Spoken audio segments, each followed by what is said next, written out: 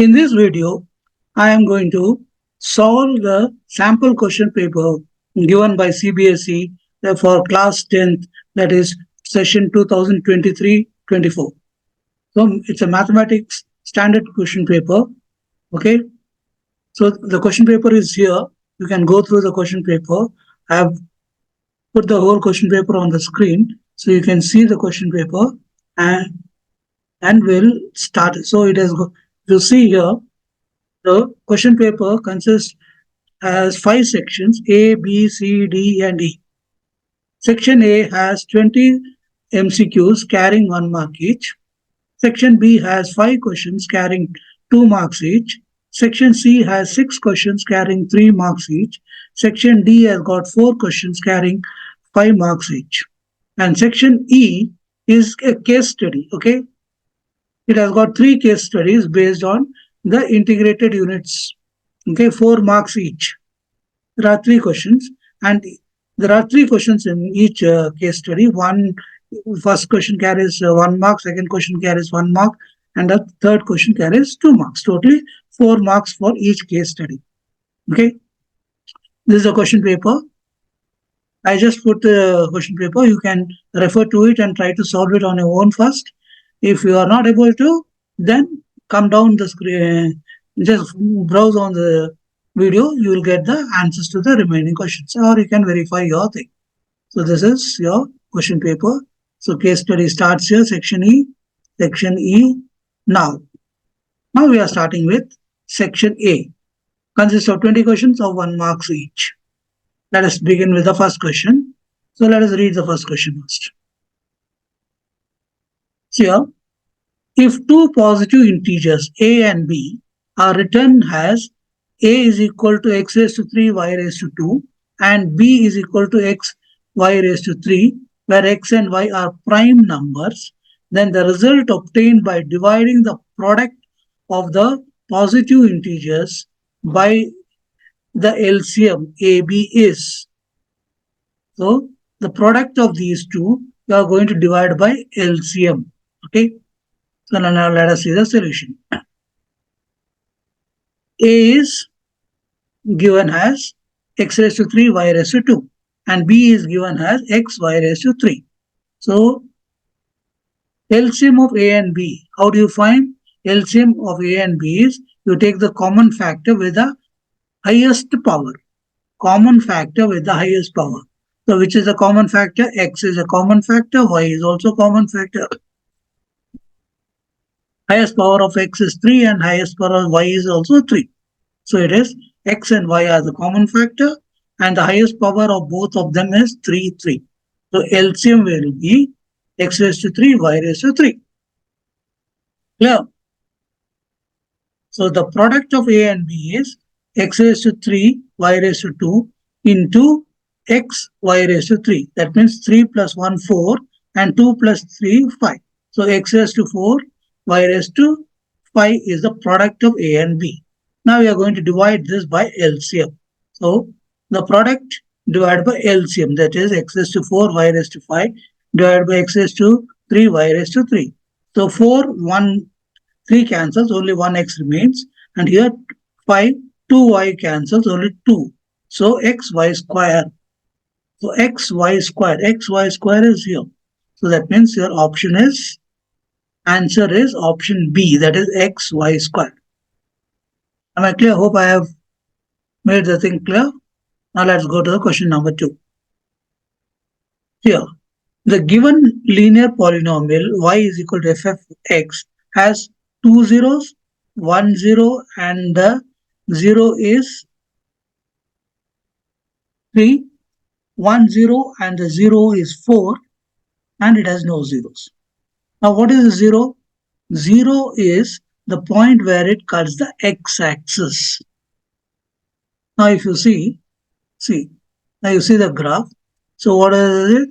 The 0 of a linear polynomial is the point where the graph cuts the x-axis. Now if you see this graph, where is it cutting? It is 1, 2, 3. It is cutting at x is equal to 3. So in this question, the graph cuts the x-axis at 3, 0. Y is 0, cutting x-axis. Therefore, answer is option B, that is 1, 0, and the 0 is 3. Okay, this is the second option, that is 1, 0, and the 0 is 3. Alright, so just remember this. The linear polynomial is the point where the graph cuts the x-axis. So now you see where it is cutting the x-axis, read that number, that is the 0 of the polynomial. Question number 3. Now you see here, this is the graph, okay? The lines representing the given pair of linear equations are non-intersecting lines. Which of the following statements is true? Now you would have studied about condition of consistency. There we have learned these things. So here you see, these are parallel lines. Lines are parallel, that means they do not intersect. If they are not intersecting, means it has no solution. So if it has no solution, that means the ratios should be, what should be the ratios? A1 upon A2 is equal to B1 upon B2 is not equal to C1 upon C2. This should be the condition when the two lines are parallel. Now, where is this condition in this given options? And option is B. So this is the condition when the lines will be parallel. Okay? Condition for lines to be parallel is A1 upon A2 must be equal to B1 upon B2, not equal to C1 upon C2. And this condition is in this B option. So answer is B option. Okay. If you have next, the nature of the roots of the quadratic equation 9x square minus 6x minus 2 is equal to 0 is no real roots, two equal real roots, two distinct real roots, more than two real roots. Now, a quadratic equation, to decide what is the nature of the roots, we need to calculate what is called as a discriminant. So let us see the solution. Discriminant D is given by b square minus 4ac, and b square minus 4ac, if it is greater than 0, it has real and distinct roots. So b square minus 4ac is equal to 0 as real and equal roots, and b square minus 4ac is less than 0 has no real roots. This is the conditions to decide decide the nature of the roots. Now let us put the value. Here what you see? Here A is 9, B is minus 6, C is minus 2. So let us put the values in this equation. Minus 6, what is B square? So B is minus 6, so minus 6 whole square, minus 4, A is 9, C is minus 2. Okay, so minus 6 square is 36. This is 4 2s are 8, 8 9s are 72, and minus minus plus. So this 2 when you add it is definitely greater than 0. If it is greater than 0, it has real and distinct roots. So your option will be answer C. Two distinct real roots. Two distinct real roots. So you just remember, so this is the condition which will tell you what should be the nature of the roots. Take fourth over. Now let's go to the next question. Fifth, two APs, arithmetic progressions, have the same common difference. D is same. Okay. The first term of one of these is minus 1 and that of the other is minus 8. The difference between their fourth term is, they both have the common difference, same. Okay. And the first term of one of these is minus 1 and that of the other is minus 8. First term of the first progression is minus 1 and the first term of the second progression is minus 8. And we have to find the difference between the fourth terms. Okay. And they have the same common difference. So what it is? Let the common difference of the two arithmetic progression be d. Then their fourth terms are minus 1 plus 4 minus 1d. And the second progression will be b4 is minus 8 plus 4 minus 1d. So a4 minus b4 is minus 1 plus 3d. 4 minus 1 is 3d minus minus 8. 4 minus 1 is 3d. So minus 1 plus 3d minus minus plus 8 minus plus minus 3d. So here you see plus dd minus 3d cancels. 8 minus 1 is 7. So answer is option C. C is the difference between the fourth terms. Yeah. This is what is the formula we are using. An is equal to a1 plus n minus 1d. That is the formula we have used here. Okay. An is equal to a1 plus n minus 1 into d, where n is the term number. So here our term is fourth term, so we have taken 1, 4, and an is the term which value we want. So here n is 4 because we want the value of the fourth term. Clear? Now next question. Sixth. What is the ratio in which the line segment joining 2 minus 3 and 5 6 is divided by x-axis? Divided by x-axis. Okay. Ratio in which it divides. So divided by x-axis means y is going to be 0. So let us see the solution. See, the thing is going to look like this. The figure is here. This is your x-axis. Okay. And there's a point 2 minus 3. 2 minus 3 is here. And 5, 6 should be in this first quadrant. And this is the point where it divides the x-axis. X0, because this is the point where it divides, means y is 0. So it is x0. So if you take this, y coordinate of P is 0. And how do you calculate y coordinate? M into 6 plus n into minus 3 upon m plus n. So 6m minus 3n upon m plus n. M plus n into 0 will be m plus n. So 6m minus 3n is equal to 0. 6m is equal to 3n. M upon n is equal to 3 upon 6 is equal to 1 is to 2. 1 is to 2, this is the first answer. So your option is A. Yeah. So you need not calculate about x. We are not bothered about x because he wants the ratio, and ratio calculation becomes simple if you take the coordinate which is negative 0. Else you will get x value again. You will have to solve it x. So because it's a 1 mark question, you are not going to get any extra marks. So just follow this. Now, see the next question, that is 7th question. The point xy is at a distance of 5 units from the origin. How many such points lie in the third quadrant? 5 units from the origin. Now see how it is. I have drawn a figure here. Say this is 5 and this is also 5. This is the origin. So if you keep the compass and draw, you'll get a circle like this. So all these points are at a distance of 5 centimeter from the origin. So here I got infinite number of points.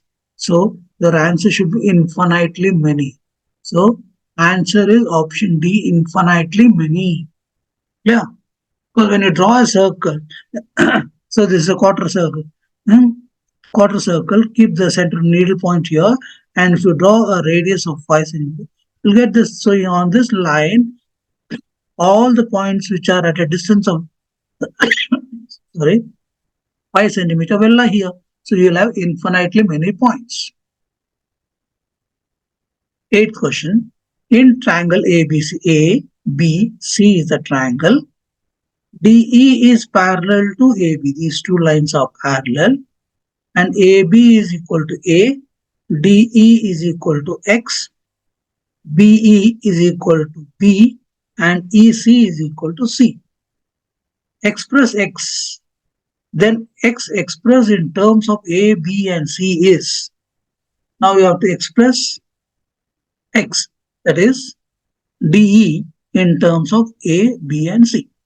Now see here, it is parallel to this and we have been given these ratios.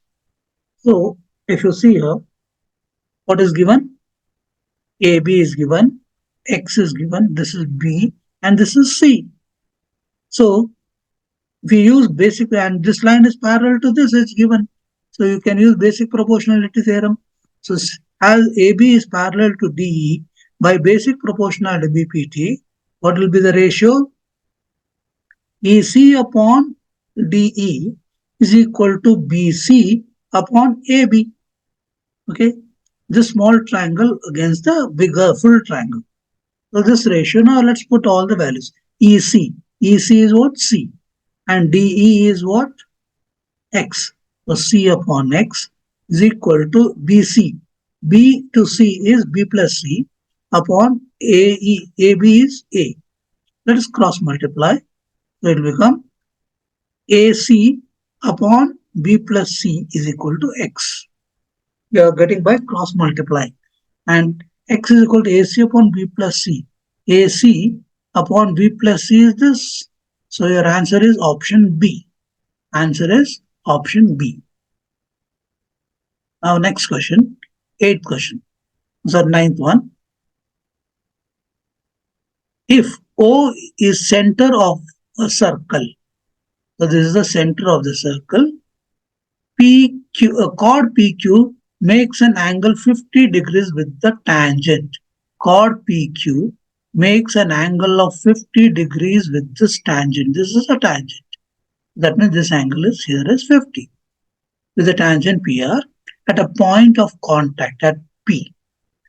Then the angle subtended by the chord at the center is, you have to find this angle. Okay. Now let us see. I'll draw this figure once again. This is the figure. OP is perpendicular to PR. This line PR is perpendicular to OP. Why?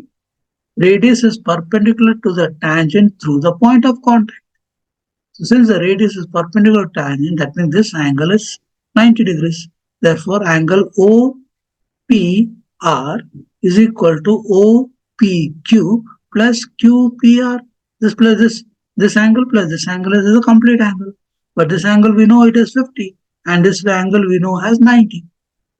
So 90 is equal to OPQ plus 50. Take 50 this side, you'll get angle OPQ is 40. So this angle you have got it as 40 OPQ. If this is 40, this is the radius, this is also the radius. That means if this is 40, this should also be 40. So that means angle OPQ is also equal to OQP is equal to 40. Why? Angles opposite equal sides are equal. So because these two angles are equal, that means you can use angle sum property. This you know, you can find this. So in triangle POQ, angle POQ plus OPQ plus OQP is equal to 180 degrees. Sum of the angles of a triangle. Sum of the angles of a triangle is 180. So let's put the values.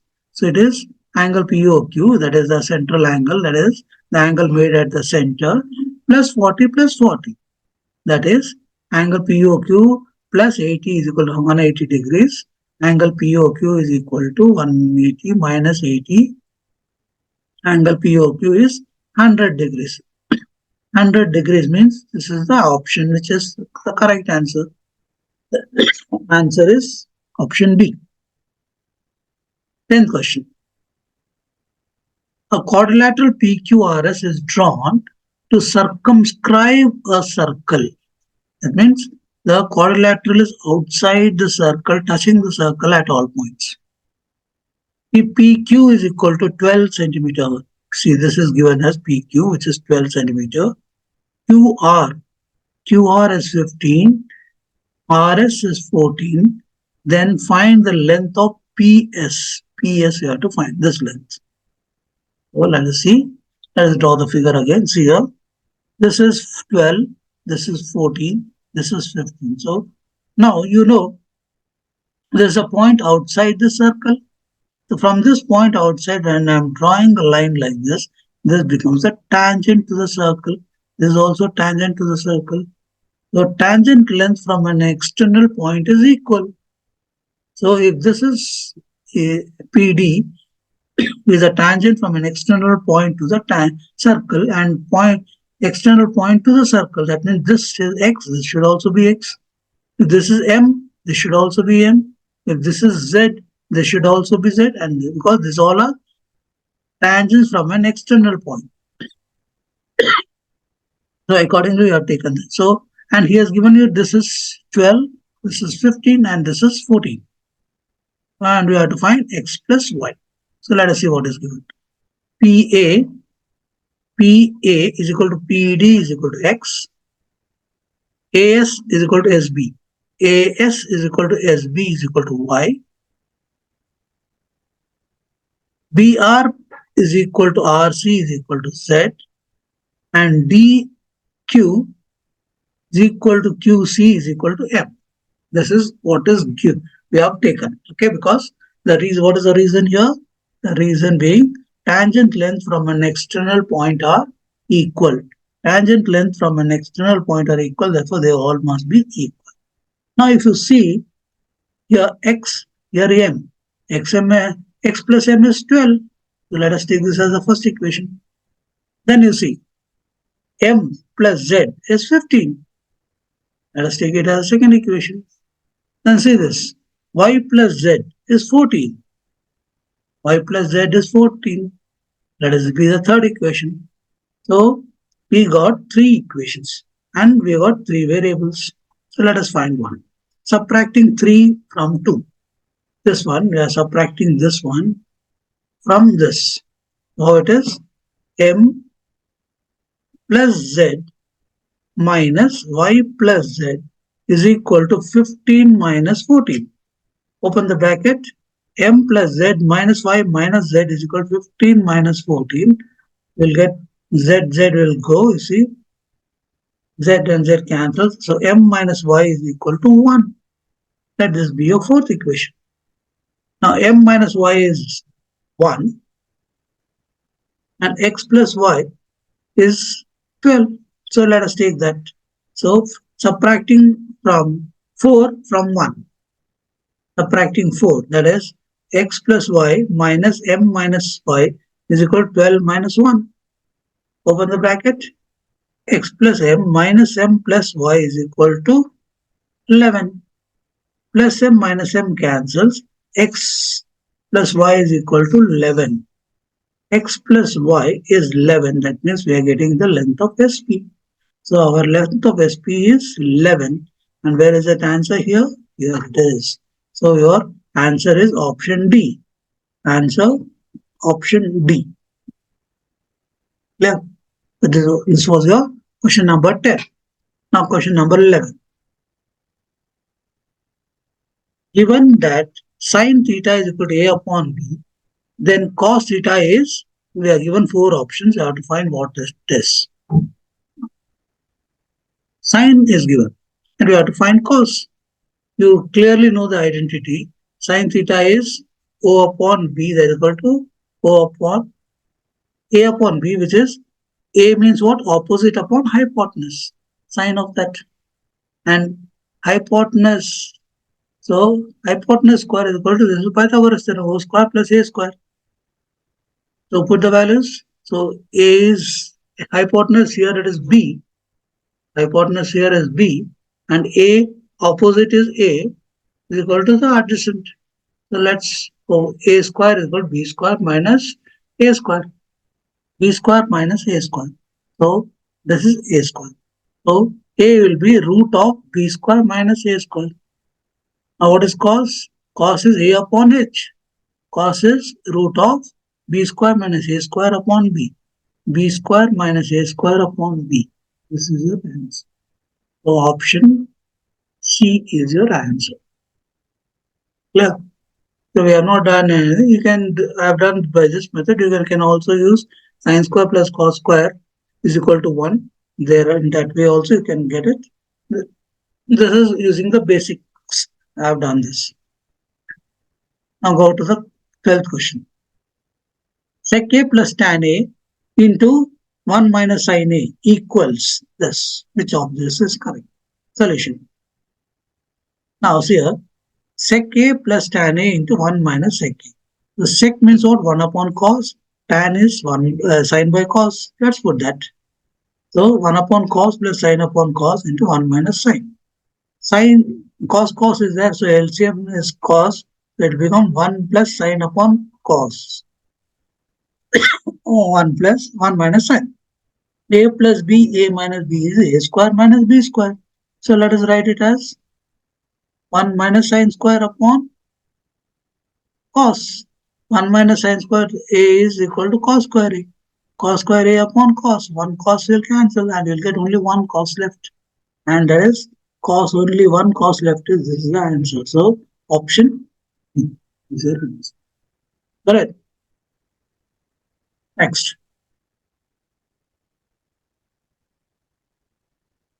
13th one. If a pole 6 meter high casts a shadow 2 root 3 meters long on the ground, then the sun's elevation is, 4 angles are given.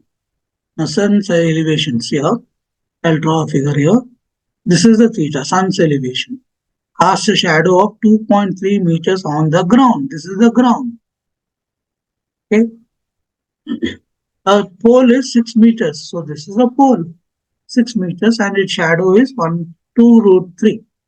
Have to find the angle made. This is the sun's elevation we call it, because if sunlight is here, then only its shadow falls this side. So that means this is the angle. So let us see. What is with respect to this angle? This is opposite, this is adjacent. So opposite or adjacent is tan of that angle. So let us take tan. Tan theta is equal to 6 upon 2 root 3.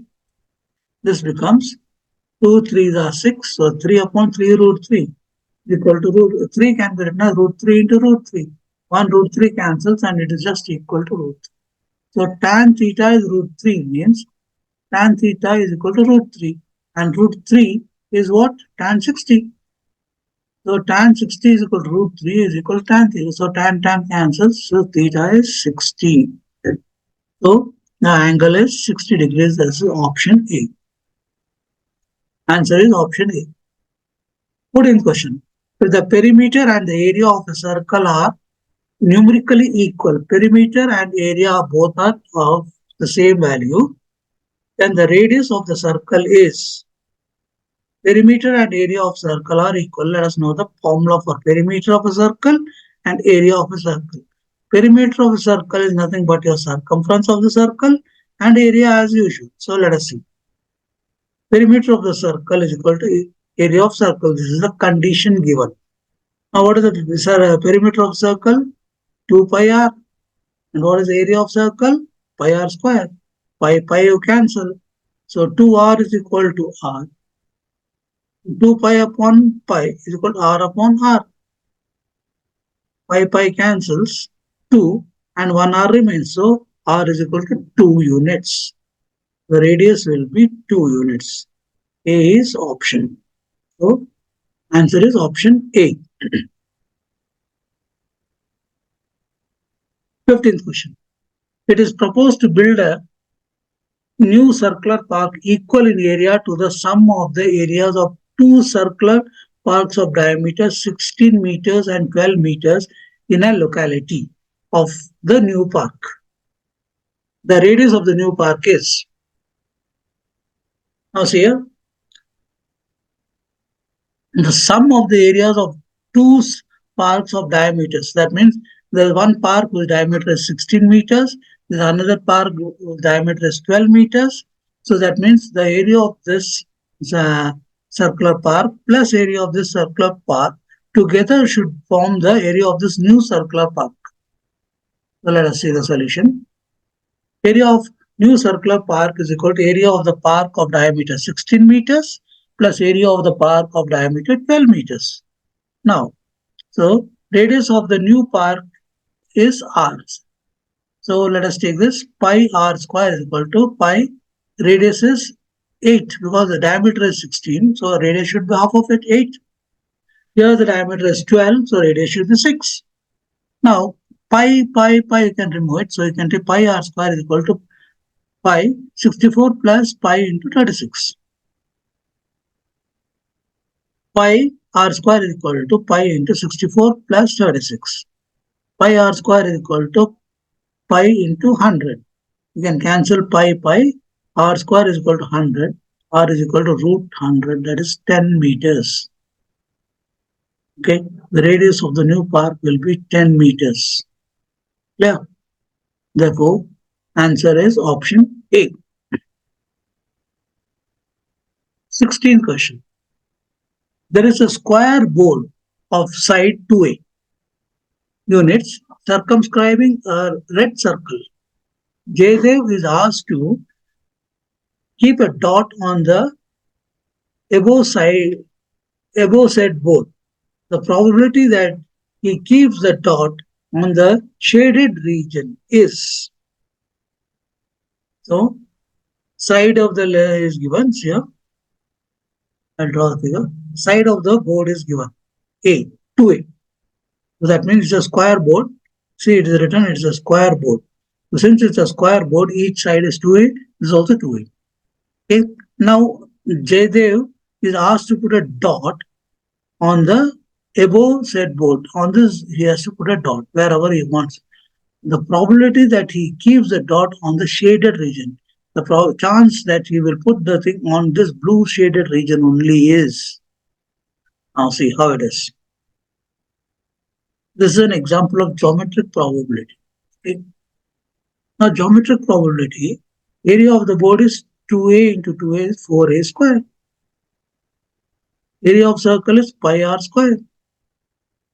So area to put a dot, that is the blue region, is 4A square minus pi r square. Radius of the circle is half into length of the square board, that is half into 2A, that is radius of circle is A. Radius of the circle is A. The area to put a dot is equal to 4A square minus pi A square, that is A square 4 minus pi. The probability that he puts the dot in the blue region is area of the blue region upon area of the board. Area of blue region is A square into 4 minus pi upon 4A. A square cancels. So 4 pi upon 4 is the probability that he will put the dot in the blue shaded region. Yeah. So that means you have to find what is the area of the whole board and what is the area of the shaded region. Area of shaded region divided by the whole board area. That will give you the area probability. So here what is the probability? That is your option B. Yeah. Now 17th question. 2 cards of hearts, 4 cards of spades are missing from the pack of 52 cards. A card is drawn at random from the remaining pack. What is the probability of getting a black card? Now, this many cards are missing from this. That means the total number of cards in the pack is less now by 6 cards, 2 plus 4. So, number of cards in the pack is 52. Number of cards missing is 2 hearts plus 4 spades, that is 6 cards. The number of cards left in the pack is 52 minus 6, that is 46 cards. The number of black cards in the pack is 13 of clubs plus 9 of spades, equal to 22 cards. What is the probability of getting a black card? Black card, which are the black cards? Spade is a black card and another black card is clubs. Spade and clubs are the 2 black cards. So club, nothing is removed, it is there. So there are full 13 cards. In spade, 4 spade cards are removed or are missing. So out of the 13 cards, if 4 are missing, left out cards is only 9. So that means number of black cards in the pack is 13 plus 9. That is only 22 cards are there in the pack, which are black in color. So probability of getting a black card is, what is the total number of cards? 46. Of that, 22. The probability of getting a black card is 22 upon 46. You can reduce it 11, 2 table 11 upon 23. So 11 upon 23. Probability of getting a black card is 22 upon 46 or 11 upon 23. Now what is the answer given here? 22 upon 46. So this is your answer. Sometimes they reduce it and give, sometimes they can give it as 11 upon 23. So you would see which of the one suits you. Your answer is option B. 18th question. The upper limit of the model class of the given distribution is, okay, the model class. What is a model class? That is a class which is having highest frequency is a model class. Okay. Now, if you see this question, in this question, below 140, below 145, below 150, that means everything. So you need to make a table first. And how do you make the table? You see 140, 145, 145, 150. So there's a gap of 5 only. So when you make a table, you have to take below 140. That means there are some numbers which are below 140. But what is the class size? It is only 5. So you should start with 135, 140. So let us see the solution. 135, 140. 135, 140, there are 4 below 40, 140. But below 140 and 145 in this range, 11 minus 4, there are only 7. Then for the 29 minus 11, 18. 40 minus 29, 11. 46 minus 40, 6. 51 minus 46, 5. Okay. So below 150, that means below 150, there is nothing above 150. So your highest class size will be, upper limit of this last class will be 165. 162 answers. So after making this table, now see which is highest frequency, 5, 6, 11, 18, 7, 4. Highest frequency is here. So what is the question asked? Upper limit of the model class. Upper limit. So this is the highest. Upper limit is 150. So see this? Class having highest frequency is the model class. And frequency, highest frequency is 80. So upper limit of the class having the highest frequency is 150. This is the 150. So answer is option D. Yeah, understood? How to? Because this is not the frequency, actually this is the cumulative frequency. All the numbers below 165. All the numbers below 165 is 51. All the numbers below 160 is 46. So that's why if you add 4, 7, 18, 11, 6 and 5, you will get a total equal to 51. So here what is given is the cumulative frequency. Frequency is not given. So that's where you have to be a little careful while trying to attempt questions of this nature. Our next question, 19th question. Now it is a statement and assertion. In this question, okay, the statement given is total surface area of the top is the sum of the curved surface area of the hemisphere and the curved surface area of the cone. Total surface area of the top. So this is a hemisphere and this bottom is a cone. So CSA of this curved surface of cone plus CSA of hemisphere is a TSA of the top. That is a statement to use. Reason given is top is obtained by joining the plane surface of the hemisphere and the cone together. Top is obtained by joining the plane surfaces of the hemisphere and the cone together. So this is the plane surface of the hemisphere and this is the plane surface of the cone. When you join these two, you get a top, isn't it? So see the first statement, both assertion A and reason R are true.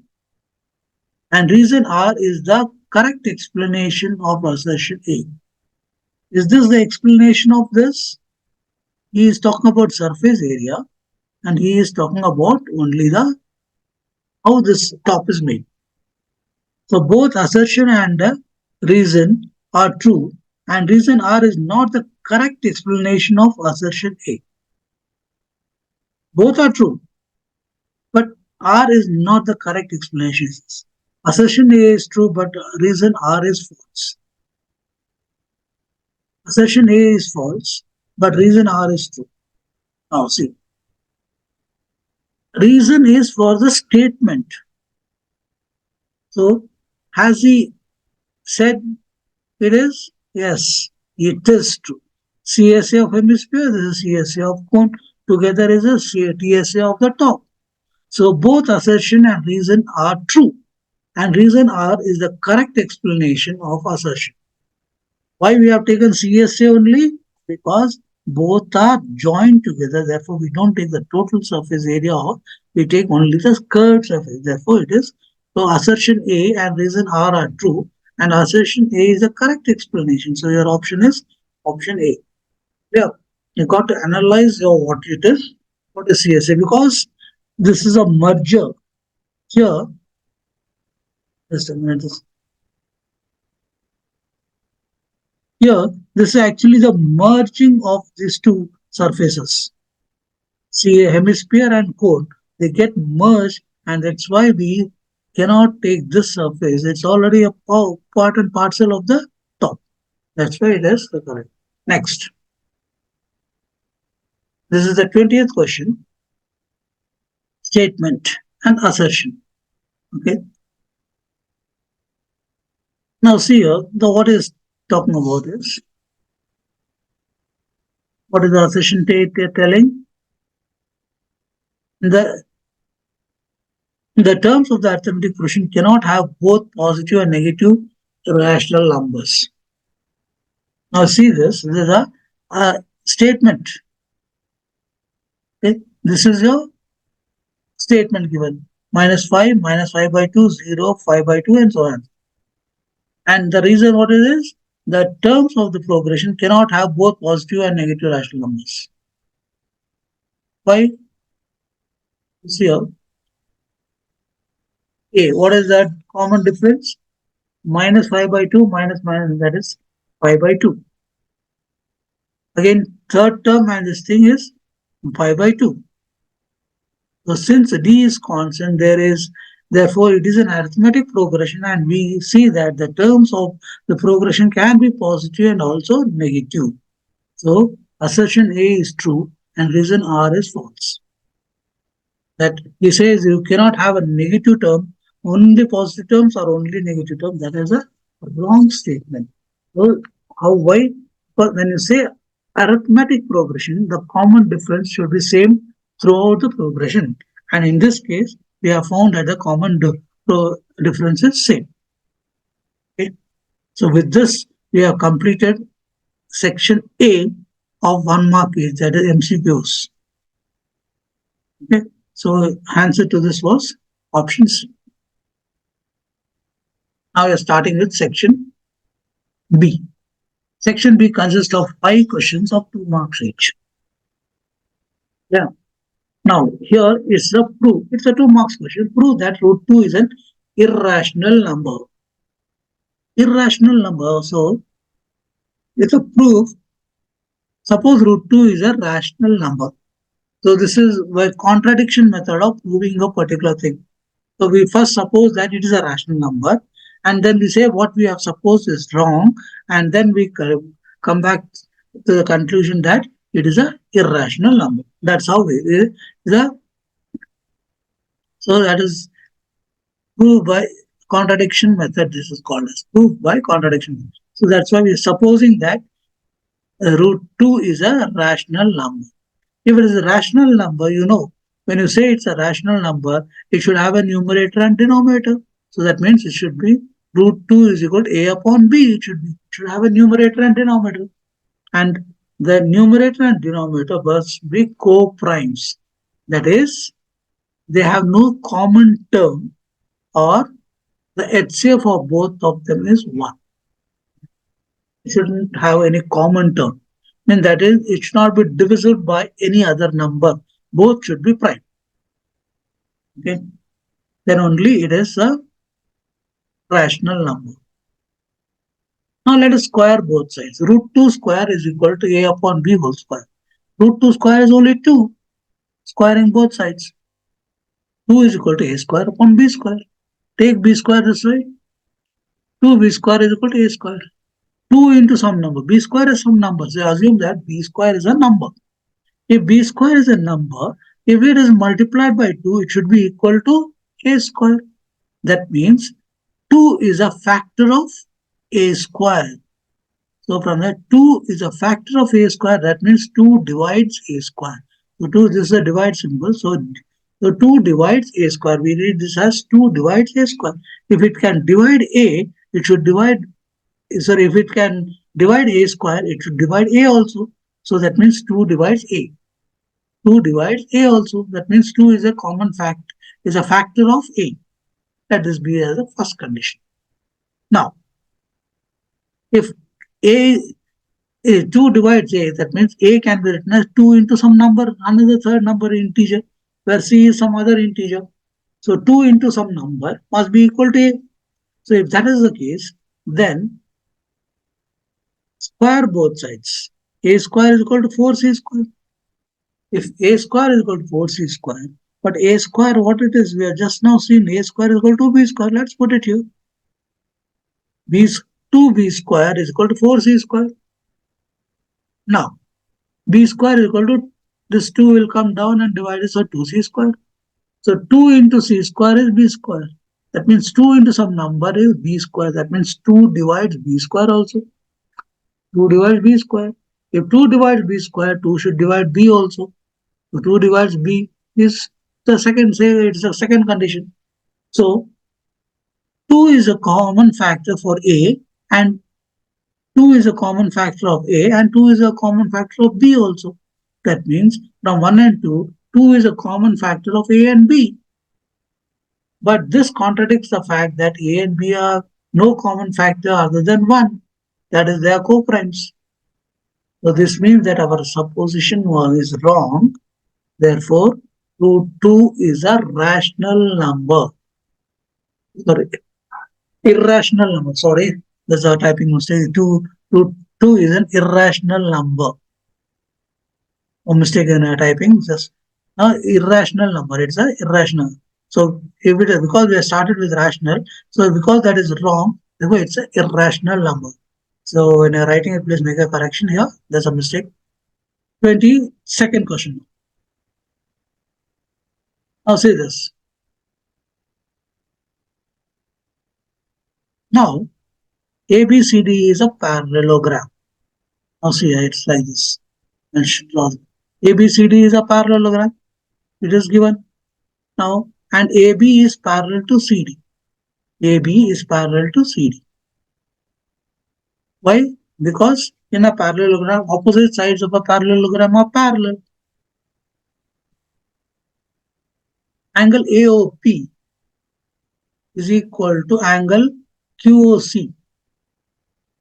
So in triangle AOP and triangle QOC, AOP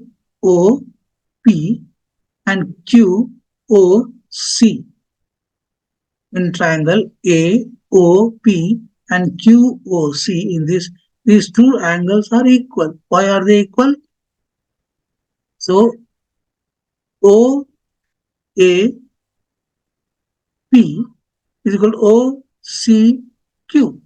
These two angles are equal, and OPA is equal to OQC. These two, this angle and this angle is equal. This angle and this angle is equal. Why? Alternate angles. Both are alternate angles. Because these two are alternate angles, triangle AOP, these two triangles must be similar. So since the two triangles are similar by a similarity criteria, in if triangles are similar, then by basic proportionality theorem, ratio of their sides must be equal. So AP upon PB, AP upon PB is equal to 2 upon 3, it is given. Because AP divides AB in the ratio. So AP upon PB is 2 upon 3, implies AP is equal to 2 and PB is 3. And DQ upon QC is equal to 4 upon 1. This implies DQ is equal to 4 and QC is 1. If that is the case, prove that. So that means OC, I have to prove that OC, OC, this length is half of OA. So now we want OC. So OC upon OA, OC upon OA is equal to OQ upon AP. Okay, OC upon OA is equal to QC upon AP. So QC, so now let's put the values. OC upon OA is equal to QC. What is QC? QC is 1 and AP is 2, 1 by 2. That means OC is equal to half OA. OC is half OA. What we wanted to prove. Clear? Next, 23rd. From an external point P, this is the external point P, two tangents are drawn to the circle. PA and PB are the two tangents are drawn to the circle from with center O. Circle. Center of the circle is O. At a point E on the circle, a tangent is drawn to intersect PA and PB at C and D. This is drawn like this. If PA is 10 centimeter, find the perimeter of triangle PCD. PCD. This length is given as 10. PA is 10. We'll find the perimeter. That means length of PC plus CD plus DP. So let us see the solution. PA is equal to 10 centimeter. It is given. If PA is 10 centimeter, so PA must also be equal to PB. Both should be 10. Why? Tangent length from an external point are equal. Okay, because PA and PB are both tangents from the external point P to the circle. Therefore, their lengths are equal. Therefore, if this is a PA is 10, PB also will be 10. Also, CE is equal to CA. These two also should be equal. And DE is also equal to DB. This is also because this is an external point. From an external point, tangents are drawn. From an external point, tangents are drawn. So, tangent length from external point are equal. So now you see here, the perimeter of triangle is triangle PCD we want. No? So perimeter of triangle is PC plus CE plus ED plus PD. That is the perimeter of triangle. Now, perimeter of triangle PC plus CE. What is CE? CE is also equal to CA. CE is equal to CA. Let us change it. And ED. ED is equal to BD. Let us change it. BD. So plus BD. Now PC plus CA. PC plus CA is nothing but PA. PC plus CA plus PD plus PD. That is PA plus PB. PA is 10. PB is also 10. PA is also 10. PB is also 10. Therefore, 10 plus 10 is 20. Perimeter of triangle.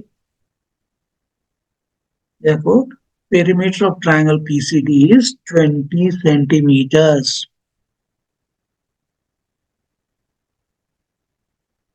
24th question. If tan A plus B is root 3, tan A minus B is 1 by root 3, where angle A plus B are between 0 and 90 degrees, and A is greater than B. You have to find the value of A and B. That means what is the value of angle A and what is the value of angle B. That is the first part. And this is also having a second part of the question. So find the value of A if, okay, the one more. So let us do the first one. Tan A plus B is root 3. So root 3, what is the value of tan root 3 when we take tan? Tan 60 is root 3. So A plus B it must be equal to 60. So you'll get A plus B is 60. Now take this as the first equation. What is the next condition? A minus B. Tan A minus B is 1 upon root 3. Now tan 1 by root 3 is 1 tan 30. So that means A minus B is 30 degrees. This is the first second condition. Now let us add these two. Adding 1 and 2. What will happen?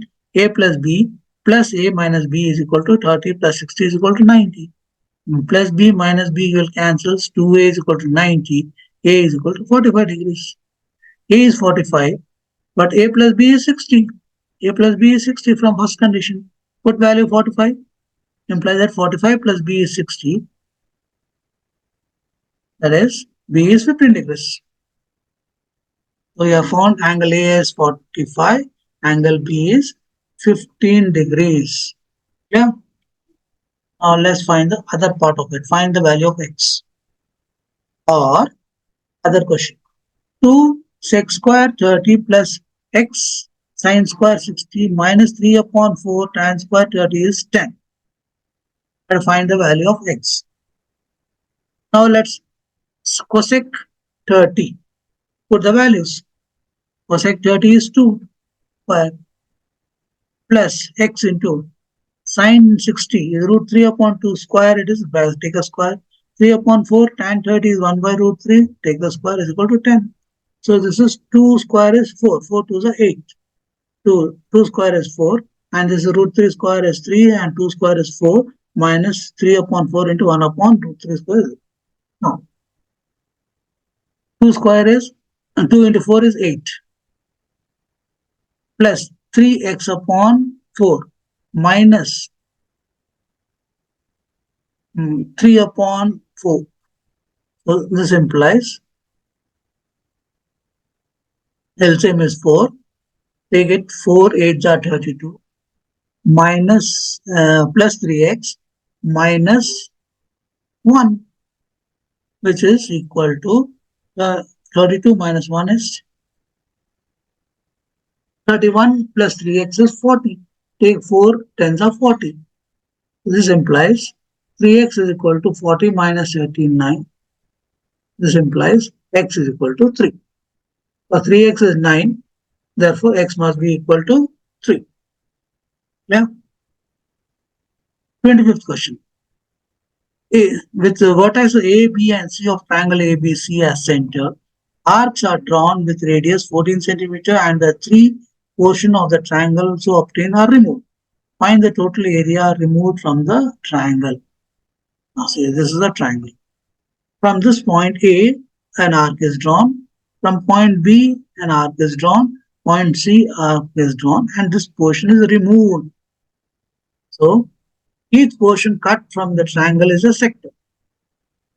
What is the shape? This shape is of a sector. So, each portion which is cut is a sector. Okay. The area of sector is given by the formula pi r square theta by 360. Okay. We do not know what angle it is A, what angle is B, what angle is C. So, since we do not know, we are just using the theta. So, now you see here, area of sector 1, I am talking about this sector is equal to, what is the radius is given? Radius is 14. So, it is pi r square into radius is A. This angle is A upon 360. Area of sector B is pi 14 square into B, angle B. Sector C is 4 pi 14 square into C upon 360. Okay, this is the 3 area. So total area removed from the triangle is area of sector 1 plus area of sector 2 plus area of sector 3. So pi 14 square into A upon this thing, pi 14. So this will be pi into square. This square has come down. A plus B plus C. So A plus B plus C is sum of the angles of a triangle. This should be 180. So it will be pi 14 square upon 360 into 180. That is, this is 360 2s. So pi r square upon, pi into 14 square upon 2, which is 14 means, so pi is 22 by 7. 14 square is 14 into 14 upon 2. So 7 to the 14, 14, 14 cancels. Okay. So you can, or you can cancel here. So it is 308 centimeters square. This is the answer. Yeah. So with this,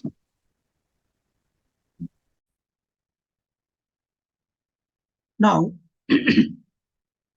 now the next question, that is, or question number 31. Find the area of the unshaded region shown in the given figure. Unshaded region shown in the given figure. Okay. So, yeah, let's start with the solution. Now see here, this is a square whose side is 14 centimeter by 14 centimeter. This is the side length of the square. Now you have to find the area of this unshaded region. Now if you see here, this total length is 14. From here to here it is given 3 centimeter.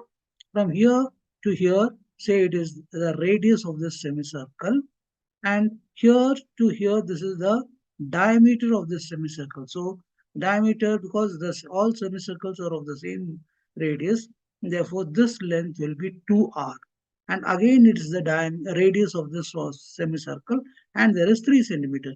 So if you see whole this, analyze this figure, this is 3 centimeter, this is r centimeter, this is 2r, this is r, and this is 3, and this total happens to be 14 centimeters. So you put it like this here, r 3 plus r plus 2r plus r plus 3 is 14. So 3 plus 3 is 6, r plus 2r is 3r, 3 plus r is 4r. So it is 4r plus 6 is equal to 14. 4r is equal to 14 minus 6, that is 8. So r is equal to 8 upon 4, that is 2 centimeters. The radius of this semicircle is 2 centimeter. Now, radius of the semicircle is 2 centimeter. Now see, again we draw this. So this is to forming a square. This is the diameter of this semicircle. This is the diameter of this semicircle. This is the diameter of the semicircle, and this is the diameter of this semicircle.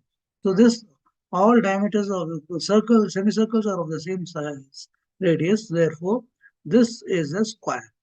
This red portion is a square, and it is radius of it is twice the radius, that is 4 centimeters. So it's a square of 4 centimeters.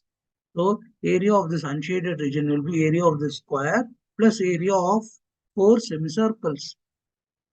So area of shaded region is equal to area of the square of side 14 centimeter minus area of red square plus 4 centimeter of side 4 centimeters plus area of 4 semicircles of radius 2 centimeters. Okay. So now if you see here, area of the shaded region is equal to side into side, that is the outer square, minus side into side of the inner square plus 4 into 1. This is the area of a semicircle, half into pi r square. So that will be 14 into 14 minus side is 4 centimeter, because the small square is 4 centimeter. 4 into 4 plus 4, because there are 4 semicircles, that's for 4 into half. Pi I have taken as 3.14 into radius square, that is 2 into 2. So that is 14 into 14 is 196 minus 4 4s are 16 minus 2 2s are 4. So 2 into 3.14 into 2 into 2. So that is 196 minus 16 into 2 into this is 25.12. Add that again, you'll get 41.12. So 196 minus 41.12. So 41.12 is the radius of the unshaded region, area of the unshaded region. Okay, area of the unshaded region. And so area of the shaded region will be, if you subtract it, you'll get 154.88 centimeters square. Okay, so area of shaded region is 158.88 centimeters square, and area of shaded region, unshaded region is 41.12 centimeters square. Clear? So whichever, even if the question is asked in the other way also, you can answer both the things. Now, we go to the next section, that is section C. Section C consists of 6 questions of 3 marks each. So, the first question, 26th question, National Art Convention got registration from students from all parts of the country, of which 60 are interested in music, 84 are interested in dance, and 108 are interested in handicrafts. For optimum cultural exchange, organizers wish to keep them in minimum number of groups such that each group consists of students interested in the same art form, and the number of students in each group is the same. Find the number of students in each group. Find the number of groups in art form. How many rooms are required if each group will be allotted a room? So what is the information given? We are given there are 60 students who are interested in music, 84 interested in dance, and 108 interested in handicraft. So let us write down what is given first. Number of students interested in music, 60. Number of students interested in dance, 84. Number of students interested in handicrafts, 108. Okay. Now you have to divide them in such a way that the students of the same interest form a group. There's no mixture of the students of different interest. So students of the same interest form a group, and in each group, equal number of the should be allotted with a separate room. So what you need to find is the HCF of all these three. So how do you do it? So now to find the minimum number of groups having the students of the same interest in each group, we find HCF of 60, 84, and 108 by prime factorization method. Okay, I'm using the prime factorization method to find the HCF of all these three. So first I take 60 and split them into factors. 60. There's 2 2s are 4, 4 3s are 12, 12 5s are 60. So that means 2 raised to 2, 3 raised to 1, 5 raised to 1. So you're writing it in exponential form. It is 60 can be factorized as 2 raised to 2 into 3 raised to 1 into 5 raised to 1. Next, 84. 84 is 2 into 2 into 3 into 7. That is 2 raised to 2 into 3 raised to 1 into 7 raised to 1. Okay. Then 108. 2 into 2 into 3 into 3 into 3. That is 2 raised to 2 into 3 raised to 3. So we have found the factors of all the three numbers. Now what do you have to do? What do you find HCF? HCF is common factor you have to take, and you have to take the lowest power. How do you find? We have to take the common factors of all these three numbers, and we have to take the lowest power of all those common factors. So now what is the common factor? 2 is here, 2 is here, 2 is here, 3 is here, 3 is here, 3 is here. 5 and 7 is not in the last one, so we cannot take them as a common factor. The 2 and 3 are the common factors. So our common factors are 2 and what is the lowest power? 2. Next common factor is 3 and what is the lowest power? 1. See this. You just once go through this, you'll find it is power 2, 2, 2. So lowest power is 2 and 1, 1, 3. So lowest power is 1. So now HCF will be 2 raised to 2 into 3 raised to 1. So 2 raised to 2 is 4 and 3 raised to 1 is 3. So 3 fours are 12. So HCF is 12. Now, number of students in each group is 12. Okay. So each group will have 12 students. And 12 students, that means it. So number of groups in music will be 60 divided by 12. That is 5 groups will be. Number of groups in dance is 84 divided by 12. That is 7 groups. And number of groups in handicrafts is 108 divided by 12 is 9 groups. So we have having groups of the same students of the same interest. So that means students having music has an interest, there will be 5 groups, and in all the 5 groups, there will be only students of music. In the 7 next groups, there will be only students who are interested in dance. And next 5 groups, 9 groups will have students who are interested in handicrafts. So all groups have the students of the same interest. Number of rooms required will be 5 plus 7 plus 9, that is 21 rooms.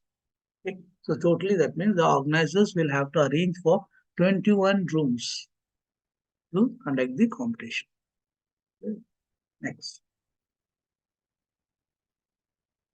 Next question. If alpha and beta are zeros of the quadratic polynomial 5x square plus 5x plus 1, find the value of alpha square plus beta square. This is the first bit. Second bit is alpha raised to minus 1 plus beta raised to minus 1. Yes. Given equation is 5x square plus 5x plus 1. The equation is of the form ax square plus bx plus c, and its roots are alpha and beta. Okay. A is 5 here, b is 5, c is 1. Okay. The roots are alpha and beta. Now we have learned that sum of the roots, that is alpha plus beta, is minus coefficient of x upon coefficient of x square, that is minus b upon a. What is b? B is 5. Minus 5 upon a is again 5. So minus 5 upon 5. So 5 cancel, it is minus 1. So that means alpha plus beta is minus 1. So you can compare this given quadratic with this standard form and say what is A, what is B, and what is C. Now we come for some product of the roots. Product of the roots is alpha into beta, that is constant term upon coefficient of x square, that is C upon A. So this is the constant term. So C is 1 and A is 5. 1 upon 5. So sum alpha into beta is 1 upon 5. Now, alpha square plus beta square we want. Alpha square plus beta square is equal to alpha plus beta whole square minus 2 alpha beta. So let's put the value. Alpha plus beta is minus 1. So it is minus 1 whole square minus 2 alpha beta. Alpha beta is 1 by 5, 1 by 5. 2 into 1 by 5. So minus 1 square is 1 and 2 ones are 2 upon 5. So it is 2 upon 5. Take the LCM. It is 5 minus 2 upon 5. That is 3 upon 5. So alpha square plus beta square value is 3 upon 5. Okay. Now we go for alpha, second bit of it. That is alpha raised to minus 1 plus beta raised to minus 1.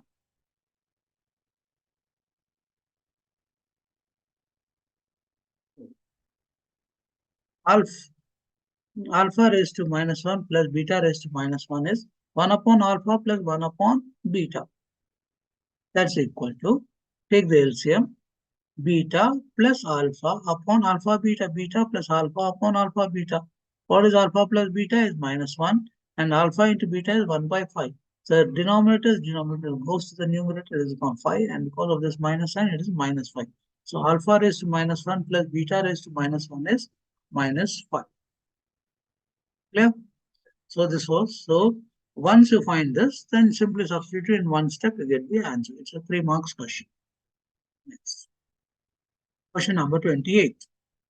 The sum of the two-digit number and the number obtained by reversing the digits is 66. If the digits of the number differ by 2, find the number. How many digits such numbers are there? There is a two-digit number. So, these are two-digit. That means 10, 11, 12, 13. They all are two-digit numbers and highest is 99. Let us see. So what you have to do? So two-digit number. That means there is some number in the units place and there is some number in the tens place. So let us take some. Let the digit in tens place be x. And the digit in ones place be y. Clear?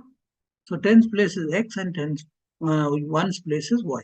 Therefore, the number is 10 into x plus y. 10x plus y is the number. Now reverse it. On reversing the digits, the number becomes, you change the position of the digits. So 10y plus x. So this is the reverse number and this is the original number. To add these two, total is 66. So number plus the reverse number is 66. So let's add it. 10x plus y plus 10y plus x is equal to 66. 10x plus 1x is 11x. 10y plus 1y is 11y. So 11x plus 11y is 66. Divided by 11, you'll get x plus y is 6. That would be the first equation. Okay. Now it's also given if the digits of the number differ by 2. That means the difference of these digits is 2. But it is differed by 2. It is not given whether x is bigger or y is bigger. Anything could be bigger. So we assume 1.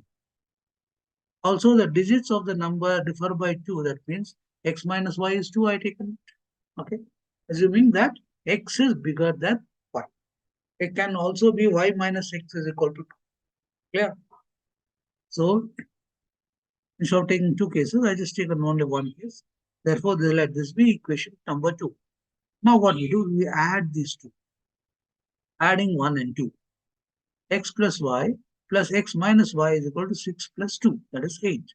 Here, y cancels. So, it will be 2x is equal to 8. X is equal to 4. If x is equal to 4, then put this value of x in the first equation. You'll get x plus y is equal to 6. That means 4 plus y is 6. Therefore, y is equal to 2. Y is 2. Therefore, the number x is, this is the number. So, 10 into, therefore, the number is 10 into 4. X is 4. Therefore, 10 into 4 plus 2. That is 42. As I told you in the beginning that whether x is bigger or y is bigger is not known. So, it could be the other way also. It could be, also the number can be 10 into 2 plus 4. Okay, so 20 plus 4, 24. So, it could be 24 or 42. Either both of them total is 66. Understood? That's why the next portion, how many such numbers are there? There are 2 such numbers which can satisfy the given conditions. Clear? Next. Or, this is another question. 2 upon root x plus 3 upon root y is equal to 2 and 4 upon root x minus 9 upon root y is equal to -1. So it's a linear equation. Let's solve it. So these are the two given equations. What we do first, let's put 1 upon root x as a and put 1 upon root y as b. If this is a, it becomes 2a. So that means this equation gets in the form 2a plus 3b is equal to 2. And the other second, this is the first equation, and this second equation will be 4a minus 9b is equal to -1. This is your second equation. Now, if you see here, this is negative, this is positive. So, if you multiply the first equation with 3, you will be able to, so let's multiply the first equation with 3. So what is it? Multiply equation 1 by 3 and add to equation 2. It becomes, if you multiply it, 3 into 2, 6, 3 3s are 9. So it becomes 6a plus 9b is equal to 6. And the other equation is 4a minus 9b is equal to minus 1. Let us add the two. So this plus minus will cancel. We are 6 plus 4 is 10a. 5 minus 1 is 6 minus 1 is 5. So a will be 5 upon 10, that's equal to 1 upon 2. The value of a we have calculated. Now let's put it in any of these equations. So let's put it in first equation. So put a is equal to 1 by 2 in equation 1.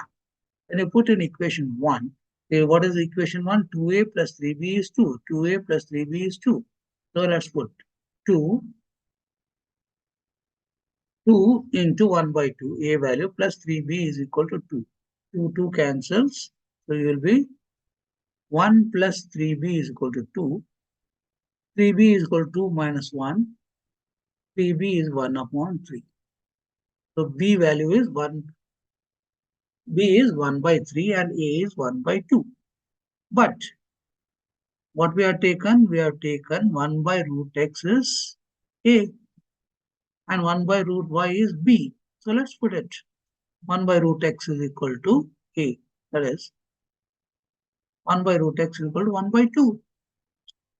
And 1 by root y is equal to b. That means 1 by root y is equal to 1 by 3. Now let's take the reciprocals. Take reciprocal of both sides. To take the reciprocal, it becomes root 2 is equal to, the root x is equal to 2. And here it becomes root y is equal to 3. Let's square both sides. Square both sides. What will happen? Root square will be only x and this 2 square will be 4. And root y square will be only y and 3 square is 9. So x is equal to 4 and y is equal to 9. Yeah.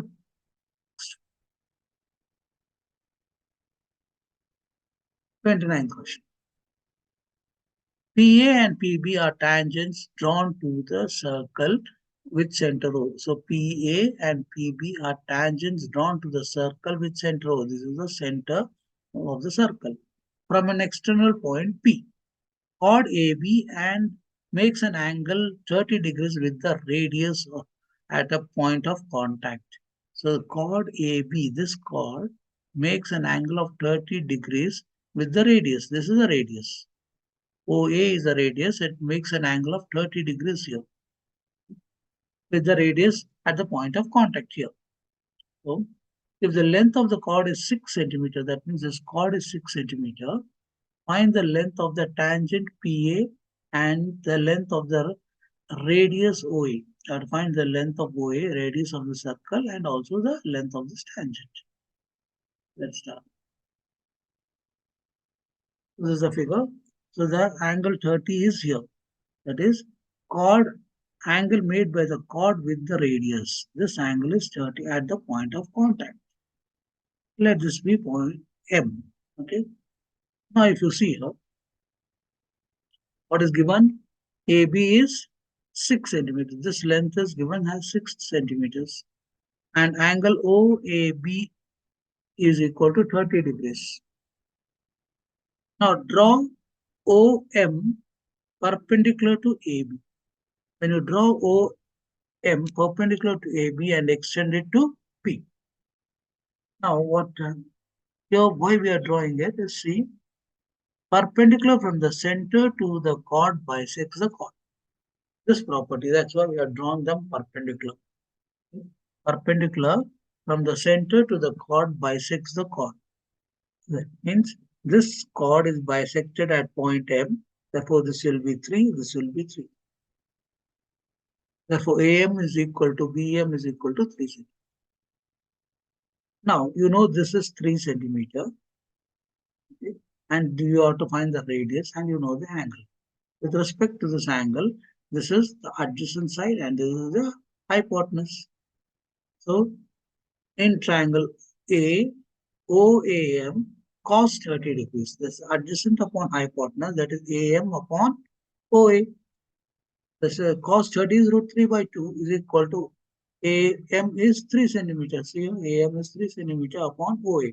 Cross multiply. OA is equal to 3 into 2. This 2 will go here and multiply 3 into 2 upon root 3. So root 3 can be written as root 3 into 3. So 2 into root 3 into root 3 is 3. So, and the 1 root 3 cancels. So it will be only 2 root 3. OA. OA is nothing but the radius of the circle. Therefore, radius of the circle is 2 root 3. Now, in triangle OAM, OAM, in this triangle OAM,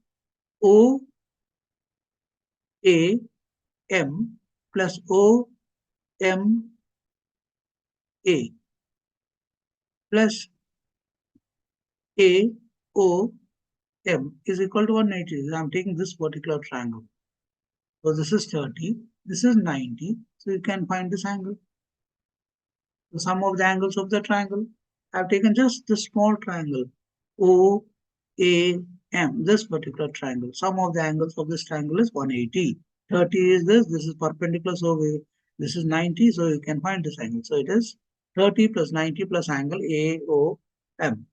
So this is 120 plus angle AOM is equal to 180. So angle AOM is equal to 60 degrees. So that means this angle is 60. If this is 60, okay, 90 degrees is here because radius is perpendicular to the tangent through the point of contact. So this is your hypotenuse. And so with respect to this, you know tan 60 degree.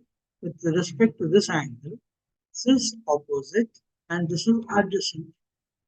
So opposite upon adjacent, AP upon OA. AP upon OA. Now tan 60 is what? Root 3. Root AP, which you have to find. And OA, which is nothing but the radius, which you have calculated to root 3. Put it here. Take this one this side. It becomes AP is equal to 2 root 3 into root 3. Root 3 into root 3 is 3. So AP is 6. AP is 6 centimeters. Okay. Next question. Another part of the same question. Two tangents TP and TQ are drawn to a circle from center with center O from an external point T. Prove that. So let's first draw the figure. You'll get an idea. So this is how the figure looks. Okay. This is an external point T. TP and TQ are drawn to the circle. Tangents, two tangents, they are TP and TQ. TP and TQ are tangents to the circle from an external point T to the circle with center O. I have to prove that PTQ, PTQ, that is this particular angle, is equal to twice OPQ. OPQ, that means this angle is double of this particular angle, the small angle. Okay? Now, TPQ, T, T, TPQ, that is this angle, say it is theta. If this is theta, this should be 90 minus theta. So TP is equal to TQ. Why? Tangent length from an external point are equal. So this angle here is theta. This angle is theta and these two sides are equal because tangent length from an external point are equal. Therefore, this angle will also be equal to theta. This is theta, this is also theta. Angles opposite equal sides are equal. Okay. Now, OP is perpendicular to PT. OP, this is radius is perpendicular to the tangent through the point of contact. Radius is perpendicular. This is the radius, this is the tangent, this is the point of contact. The radius is perpendicular to the tangent through the point of contact. The radius is perpendicular to the tangent through the point of contact. Therefore, OPQ should be 90 minus theta. This whole angle is 90 because this is perpendicular and this I have taken as theta. So this should be 90 minus theta. Okay. Let this be your first equation. Now, in triangle PTQ, here, this is a triangle PTQ, PTQ, PTQ, that is this big triangle. These two angles are 90, 90. Okay. The theta, theta, sorry. The sum of the angles of the triangle. So this is theta, this is theta, this is theta, plus PTQ is equal to 180 degrees. So 2 theta is plus 2 PTQ is 180 degrees. Take 2. So angle PTQ is equal to 180 minus 2 theta. So that means this PTQ, this angle which you want to find, is 180 minus 2 theta. Let us take 2 common, 90 minus theta. But 90 minus theta, you see here what it is? 90 minus theta is angle OPQ. So let's put that value here. Angle PTQ is equal to angle OPQ. This is what we wanted to prove. Next.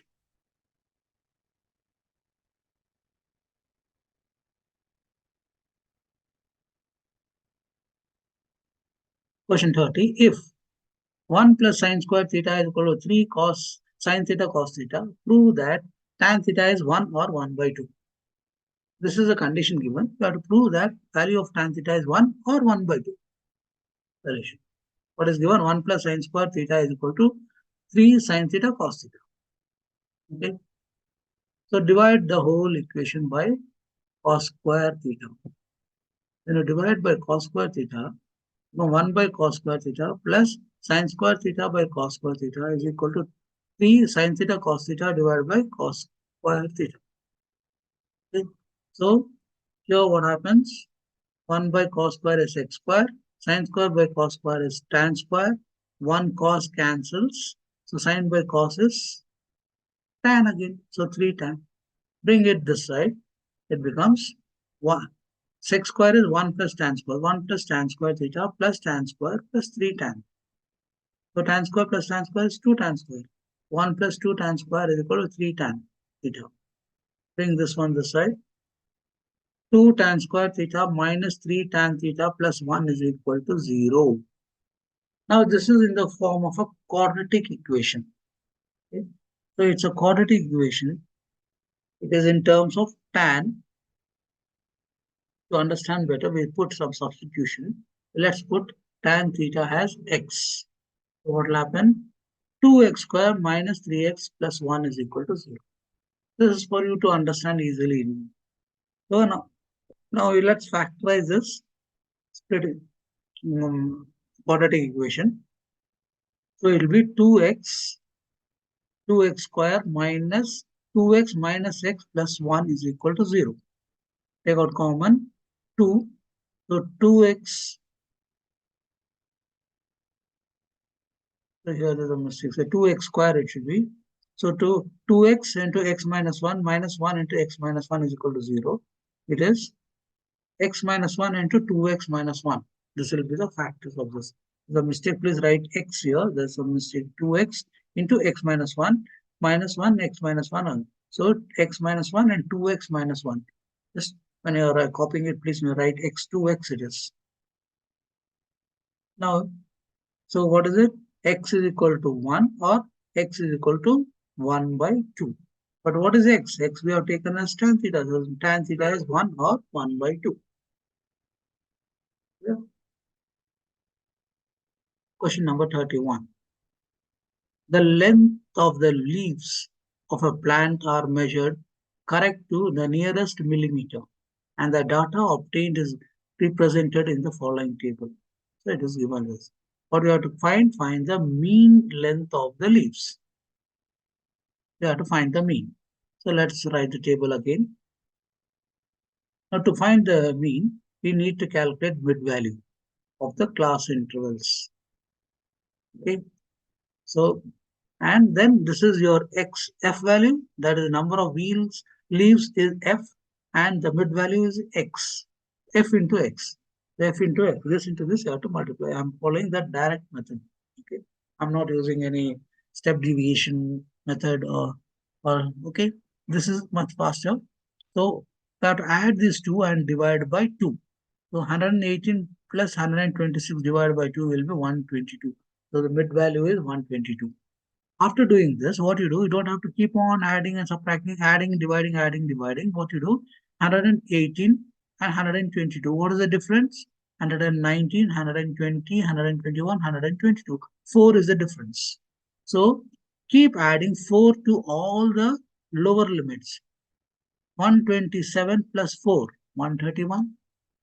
136 plus 4, 140. 145 plus 4, 149. 154 plus 4, 158. 163 plus 4, 167. 172 plus 4, 176. So this way, you can write only the first one you calculate it so that you are very sure and then count what is the difference between the middle value and the lower limit and keep adding that number to all the lower limits. You'll get the mid values of all the classes. Having calculated this, multiply this 3 into 122, 5 into this you multiply, this into this you keep on multiplying and add all this, and this total is 40. It's already given in the data, 40 leaves. This is total. So mean is equal to summation f of x. That means sum of all the values of fx divided by sum of all the values of f. That is sum of f of x upon sum of f. That is 5879 upon 40. That is 146.975. That is the mean value length of the leaf in millimeters. Yeah,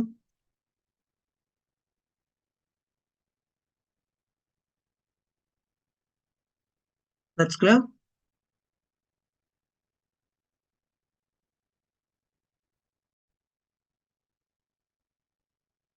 Now we start with section D. Section D consists of 4 questions of 5 marks each.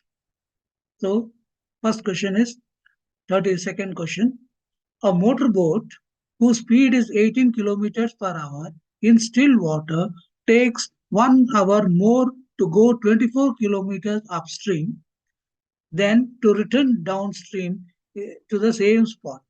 Find the speed of the stream. Okay, this is our question. We have another question or question. So this is the question of 5 questions of section D. 32, it has got one or question. 33, 34, and 35. These are the 5 questions. Okay, now let's begin. Section D consists of 4 questions, so let's take the first question. A motorboat whose speed is 18 kilometers per hour in still water. So, speed of the boat in still water is 18 kilometers per hour. Then what is given? Speed of the stream. Let us take it as x kilometers per hour. Upstream and downstream. When upstream and downstream is said, now what is upstream and what is downstream? Now, suppose the water is flowing in this direction and boat also going in the same direction, then we say it is downstream. So when the water is flowing in this direction and the boat is also going in the same direction, then the water supports the flow movement of the boat and hence the speed of the boat increases by x kilometers per hour. Okay, so that will be the speed or downstream. Water flowing in this direction and the boat is going in the opposite direction. It is called upstream. Okay, so upstream and downstream, this is the difference. Now, so let the speed of the boat in still water is 18 kilometers per hour and let the speed of the stream be x kilometers per hour. Okay? So, speed of the boat while going upstream, it is going against the water flow of water. Therefore, the speed of the boat will decrease by x kilometers. That's why it is x minus 18 minus x kilometers per hour. And speed of the boat while going downstream, it's going in the direction of the flow of water. Therefore, speed of the boat will increase, and it is increasing by x kilometers per hour.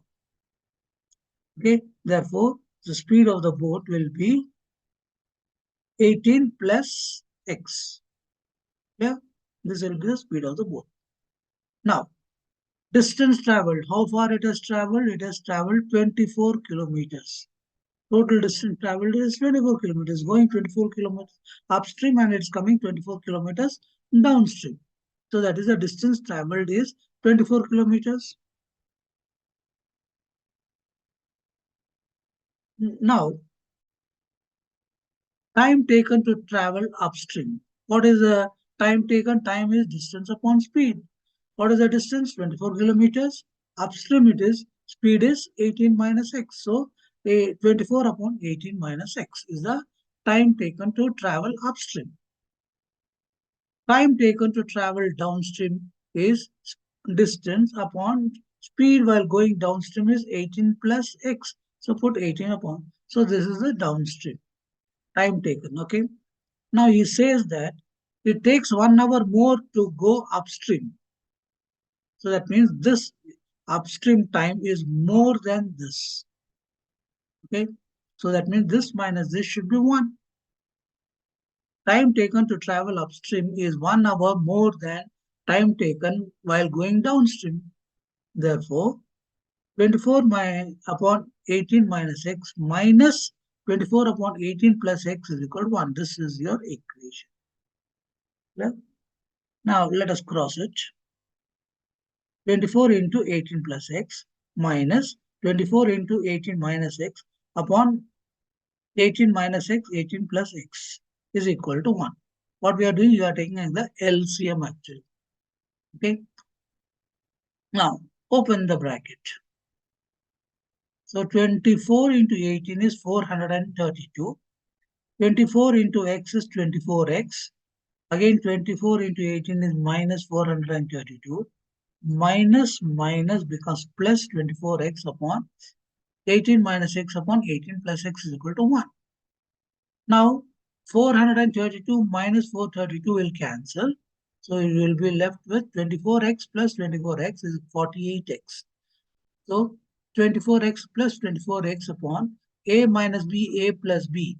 That is a square minus b square. That is 18 square is 324 minus b is x square is equal to 1. Take this to the right. It will become 48x is equal to 324 minus x square. Take this 48x to this side. We'll get x square plus 48x minus 324 is equal to 0 because x square is negative. Transfer it to the left side and it becomes the equation takes this form. Now we have to find the factors of 324, and if you subtract the factors you should get 48. It's a quadratic equation, so we have to find the factors. So let's go. See, 324 I'm subtracting, dividing by 2. I get 162. Divide by 2 again, 81 I get. Then 3 by 3, 27. Again by 3, 9. 3 3s are 3 1s. So this is the splitting. Now what I must do, I must find a combination of these factors so that if I subtract, I'll get 48. Now see here, I will 3 3s are 9, 9 3s are 27, 27 3s are 81. 8, so 27 2s are 54. 54, 3 2s are 6. 54 minus 6 is 48. So I am going to write it as x square plus, because I want a positive sign here, I take plus 54x minus 6x minus 324 can be written as 54 into 6. Now let us take common from the first two terms and common from the next two terms. So it is x plus 54 minus 6 is common is here, both the places. So minus x and 54. Now because we have taken a minus sign outside, you need to change the sign here because plus minus will be minus. Now this is x plus 54 and x minus 6 is equal to 0. So what will we will get two answers, x is equal to minus 54 and x is equal to 6. X is equal to minus 54 and x is equal to 6. Now you see here, when you say x is minus 54, what is x? X is the speed, and speed cannot be negative. Therefore, we need to reject this value, and therefore the speed of the stream will be 6 kilometers per hour. So x is equal to minus 54 is rejected. Why? Speed of the stream is more than the speed of the boat. Okay. Negative first thing. And speed of the stream is more than the speed of the boat. Speed of the boat is only 18 kilometers per hour, and the stream is at 54 kilometers per hour. So that is not possible, because if it's so, then the boat can never go front. So that is why we reject it. Therefore, your answer is speed of the stream is 6 kilometers per hour. Yeah. Next question. This is an OR question from the same question.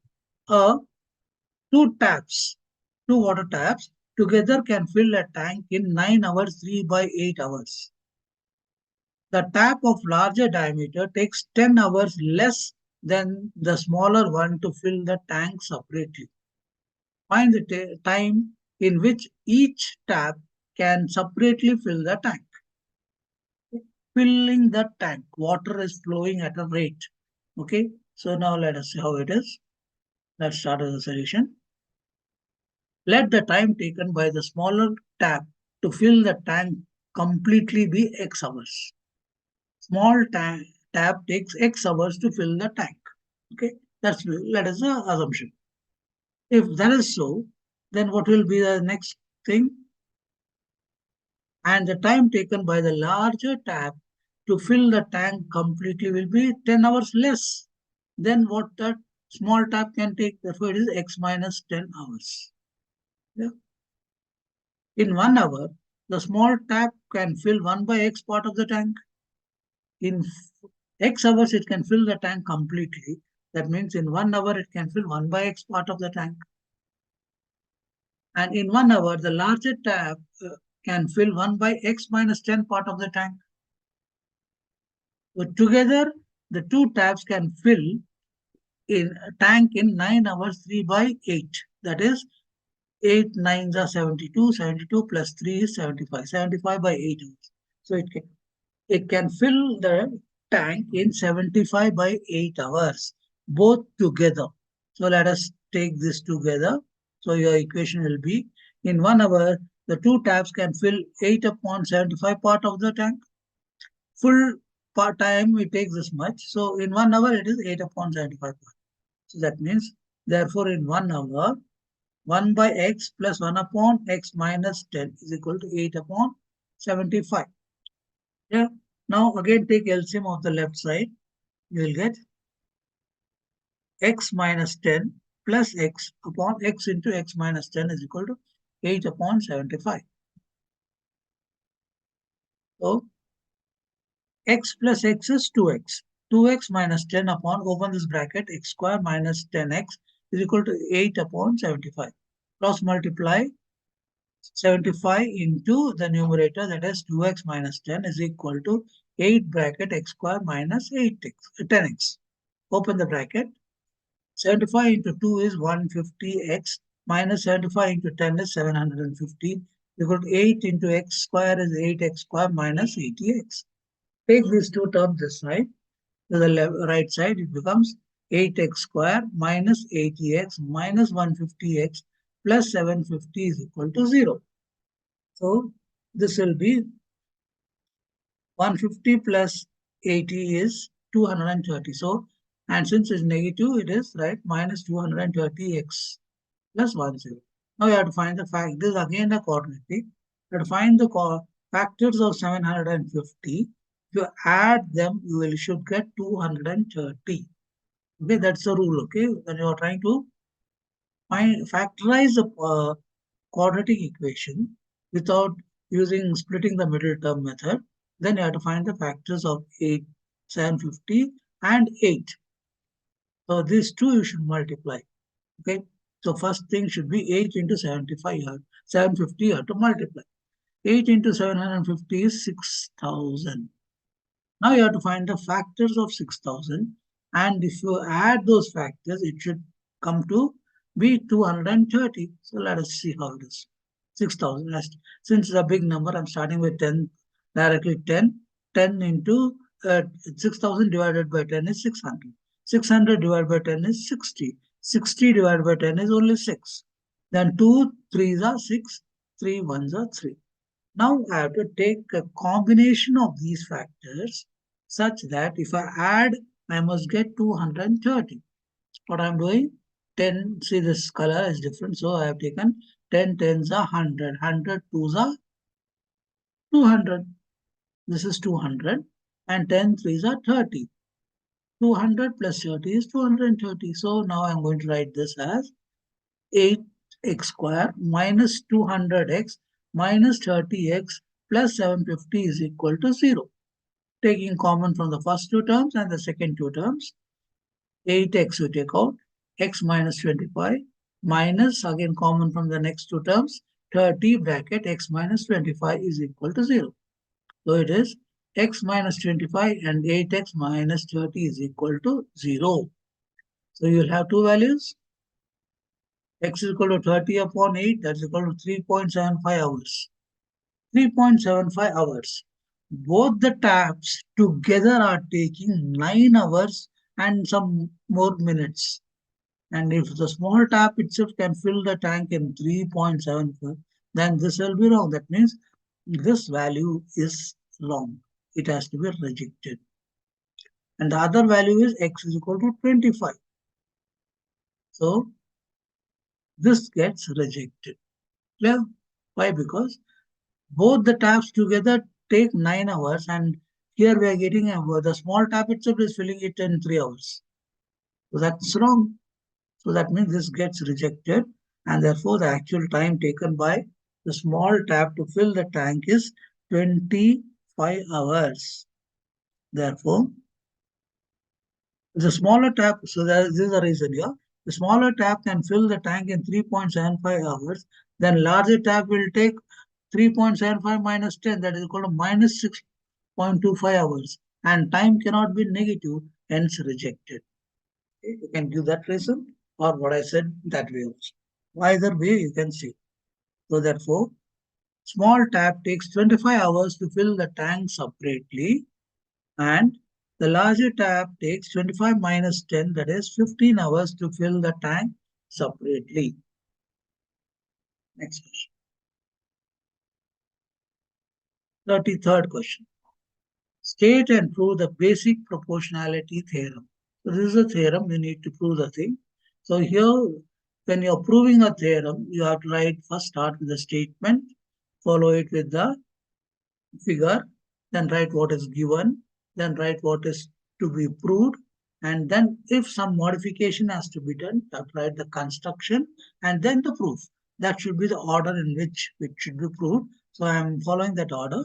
Just go through it very carefully. You will understand how it is. Solution. Basic proportionality theorem. This is the theorem which we are going to prove. So what do we need first? First is a statement. What is the statement? If a line is drawn parallel to one side of a triangle, intersecting the other two sides, then it divides the other two sides in the same ratio. This statement you have to learn it by heart because they will only write this question. Prove, state and prove. This is stating.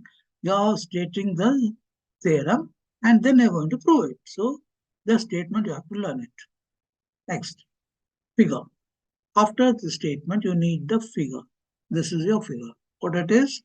Triangle A, B, C. Triangle ABC because it is concerned with triangle. So triangle ABC. Now, DE. So this line is parallel to. So if a line is drawn parallel to one side of a triangle, that means this line is drawn parallel to one side, this particular side. So let's name it DE. So DE is parallel to BC. It intersects the other two sides. It is intersecting the other two sides in the same ratio. Okay, and divides it in the same ratio. So just join this. This is the part of construction. Then join this. Then draw a perpendicular. EF is perpendicular. So that is perpendicular here. Then again from D, you draw a perpendicular to the side AC. Okay. That is, say, name it G. That is also perpendicular. Now, so this is the figure. This is how your figure should be. Next, after this, you write what is given. What is given? A triangle ABC is given, in which DE is parallel to BC. So a triangle is given and DE is parallel to BC. Only this much is given. And it intersects AB in D. It is intersecting AB in D and AC in E. So it is intersecting AB in D and AC in E. This is much is only given. Okay. Now what you have to prove? The ratio of the sides are equal. That means AD upon DB, AD upon DB is equal to AE upon EC. This is what we have to prove. Now, to prove, we have to draw this line. So that's the construction part. So we do a bit of construction to prove it. So what is the construction? Join BE and CD. Join BE and CD. This way we are joined. And we are drawing EF perpendicular to AB. EF perpendicular to AB and DG perpendicular to AC. So these were the two perpendiculars which we have drawn. Now we come to the proof.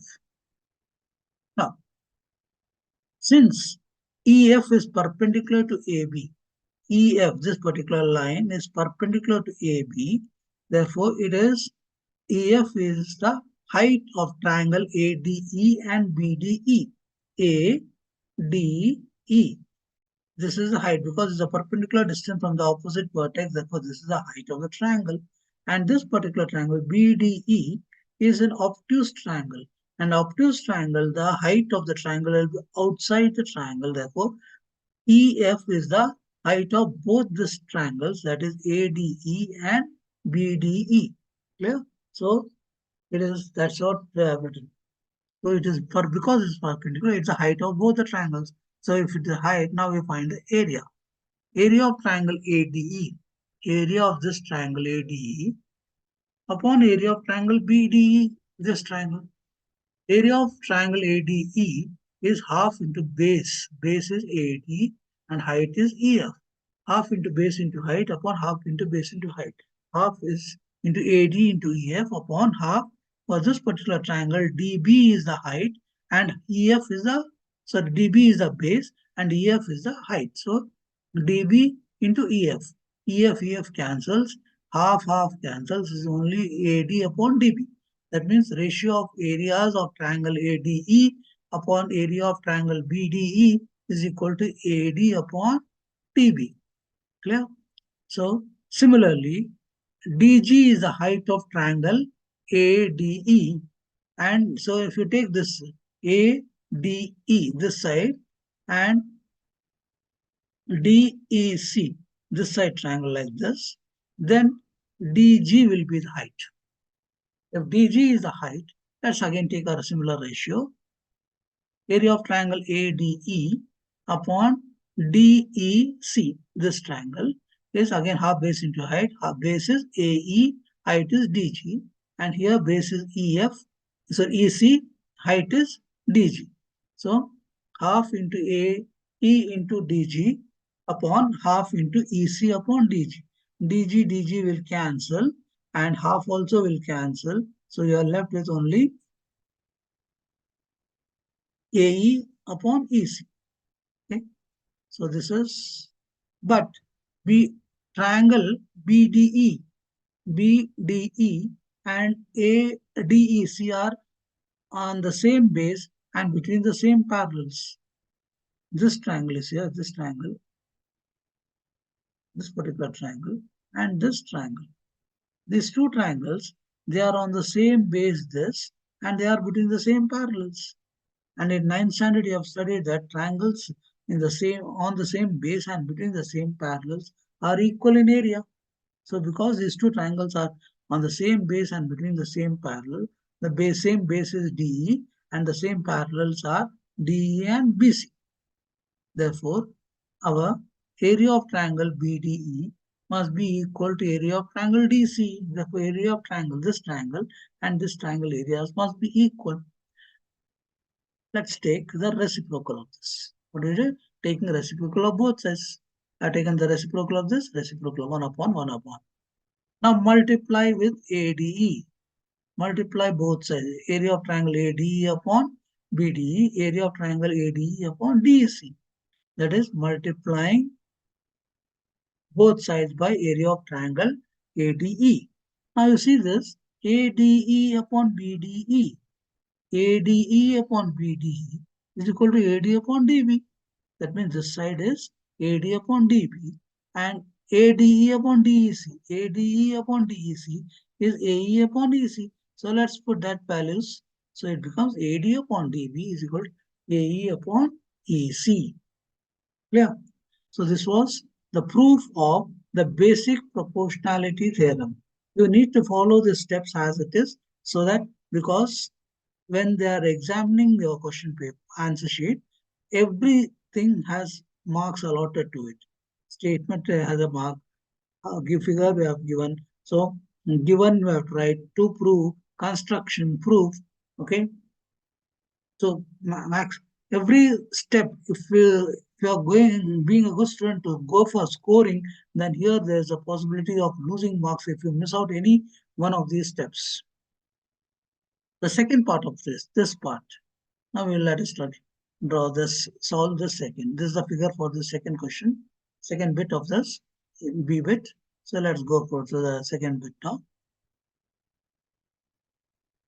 In the given figure, so let us draw the figure first. This is how the figure looks. Okay, I've drawn it a little big so that is clear to easy to understand. In this figure, in the given figure, what is given? Angle CEF.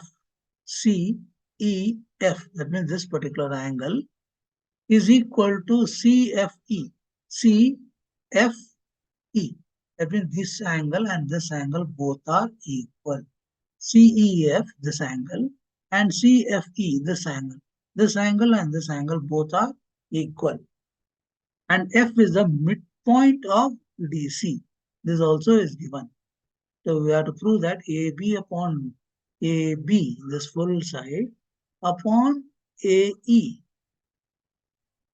Okay.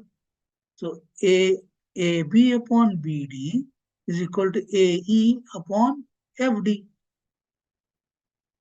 So what we need to do? So since it's a problem based on basic proportionality theorem, we need to slightly draw a figure. So it is, we have to draw a little construction, draw a line like this, which is parallel to BE. Okay, and let us name it as G. So DG is parallel to BE. If it is so parallel, then you can apply basic proportionality. AD upon DB is equal to AE upon EC. Isn't it? So let us say that. Angle, these two angles are equal. Okay. This two angle is equal, that is given. If these two angles are equal, that means this length is equal to this length. CE is equal to CF. Because why? Sides opposite equal angles are equal. So these two sides are equal. But F is the midpoint of DC. F is the midpoint of DC. That means this DF and FC also should be equal. So DF is equal to FC. But FC what? FC is equal to CE. That means all three are equal. That is this length, and this length. All three are equal. Okay. Now, so let this be the first equation. Now draw DG parallel to BE. Draw DG parallel to BE. If you draw DG parallel to BE, then we apply basic proportionality theorem. This is by construction. We are constructing it because it's a construction. So in triangle ABE,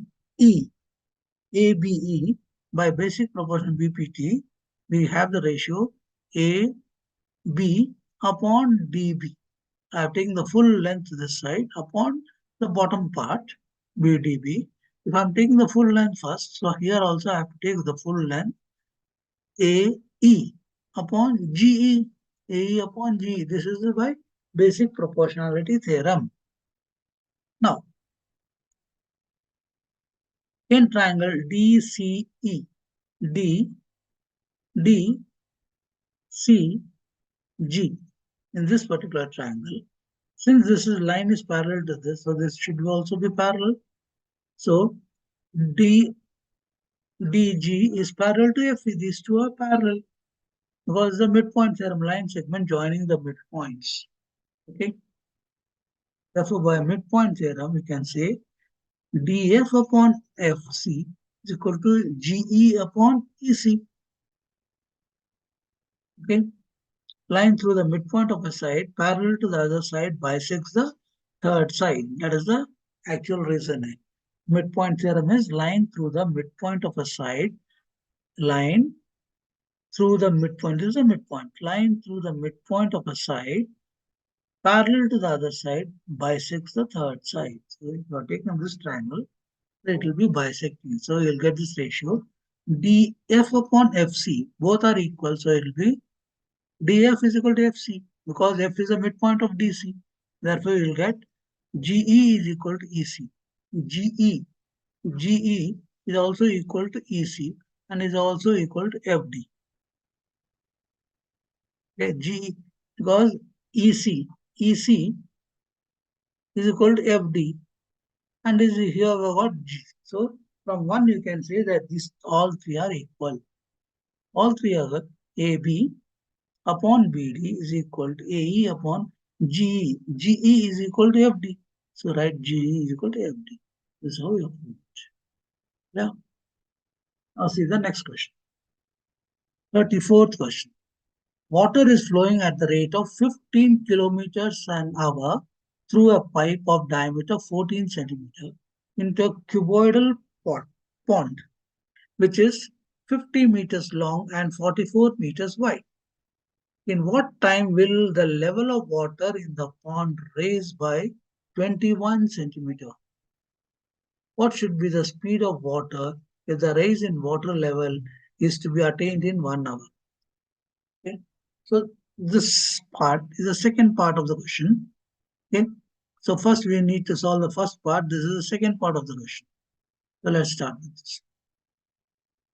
Rate of flow of water is 15 kilometers per hour. This is the rate at which water is flowing through the pipe. Diameter of the pipe is 14 centimeters.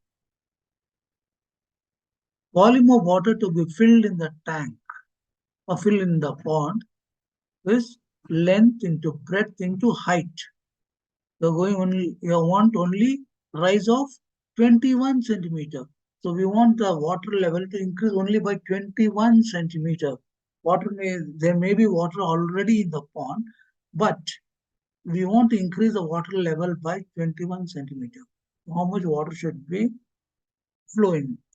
That means that becomes the height. But these two are in meters, so need to convert this into meters. That's why 21 upon 100 meters. Okay. So to get this, you will get 462 meter cube. Meter into meter, the volume it is, so it will be units will be meter cube. So this much water has to be filled into the pond. Volume of water flowing in 1 hour is pi r square h. Why? Pipe it is. Pipe is in the form of a cylinder. That's why, and volume of cylinder is given by pi r square. Pi r square h. So pi, what is r? What is the radius? See, it is diameter is 14 centimeters. So radius will be in meters will be 0.07 square. Into height is, it is 15 kilometers.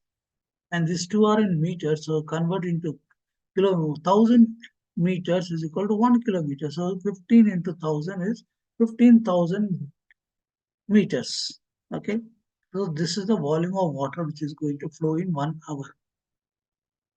1 hour it will flow, so much water will flow. So to flow so much water to be filled in that tank, how much time it takes?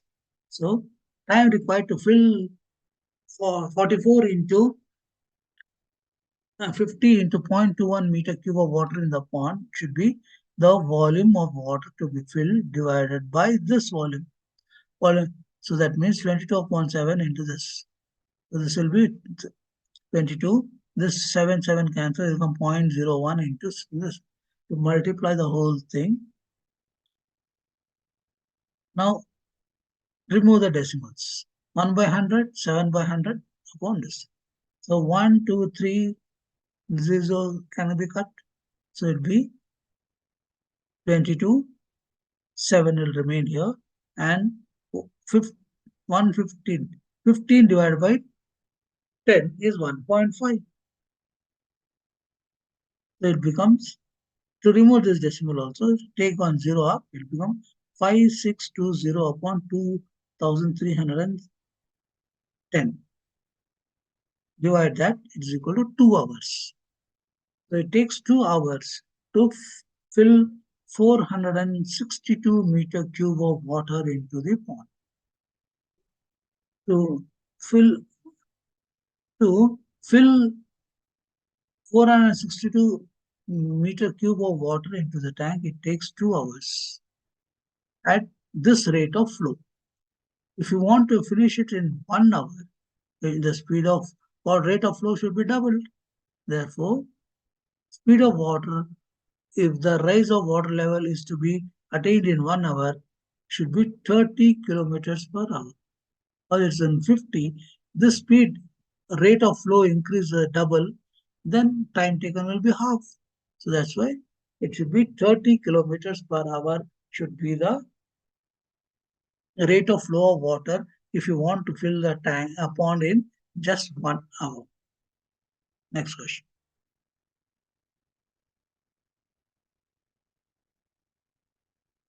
There's another question. A tent is in the form, it's an OR question, option for the previous question. A tent is in the shape of a cylinder surmounted by a conical top. If the height and radius of the cylindrical part is 3 centimeter and 14 centimeter respectively, and the total height of the tent is 13.5 centimeter, find the area of the canvas required in making the tent. Means canvas cloth. It's a cloth, okay, to make the tent. Keeping the provision of 26 meters square of canvas for stitching and wastage. We need to stitch the cloth to make it in the shape of a tent. The shape of the tent is cylinder at the bottom and cone on the top. There's a cylinder at the bottom and cone on the top. So our figure will look like this here. Let's be like this. Cylindrical shape bottom and cone on the top. Now here what he has said, the cylindrical part, height and radius of cylindrical part. Height is 3 meters and radius is 14 meters. The height of the cylindrical part is 3 meters, radius is 14 meters. Okay. And the total height of the tent is 13.5. That means from this tip to this tip, the total height is 13.5. If this is 13.5, 13.5 minus the height of the cylindrical part will be 10.5. So that means height of the conical portion is 10.5. Now we want to calculate the canvas required. Canvas required is nothing but what we have to calculate. We have to calculate the curved surface area. Curved surface area, that is, this is the curved portion. So curved surface of a cylinder, area of a cylinder is given by 2 pi r into h. This is a curved surface area of a cylinder, which is 2, pi is 22 by 7, r is 14, and h is 3. Okay, 7 2s you can cut. So it becomes CSA of cylinder is 264 meters square. To do the cylindrical part only, we need this much cloth. Next, we come to the conical portion. CSA of cone, that is curved surface area of cone, is pi into r into L, where L is the slant height. So you have to calculate slant height. Slant height of a cone is given by root of r square plus h square. R you know 14, okay, h is 10.5. So 14 square plus 10.5 square. 14 square is 196. 10.5 square is 110.25. Add these two. 306.25. Take the square root of it. It becomes 17.5 meters. Now, so you got the slant, right? So curved surface you have to calculate. CSA of cone is pi into r into L. That is pi 22 by 7, r is 14 and L is 17.5. Multiply this. So 7 2s are 14. So 22 into 2 into 17.5. That is 770 meters square. So this much is the cloth required to make the conical part of it. Okay. So this is the cloth required for making the cylindrical part. This is for the conical part. But the cylindrical part and conical part are to be joined for and stitched.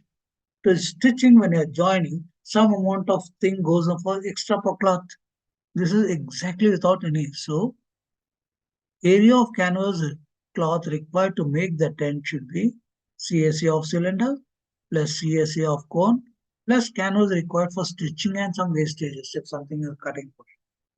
So that will be 264 plus 770 plus 26 as mentioned in the question is equal to 1060 meters square. This much is the area of cloth required to make the tent. Okay, this 26 is mentioned, the provision for stitching and wastage, 26 meters square. So that is what this 26 has come from.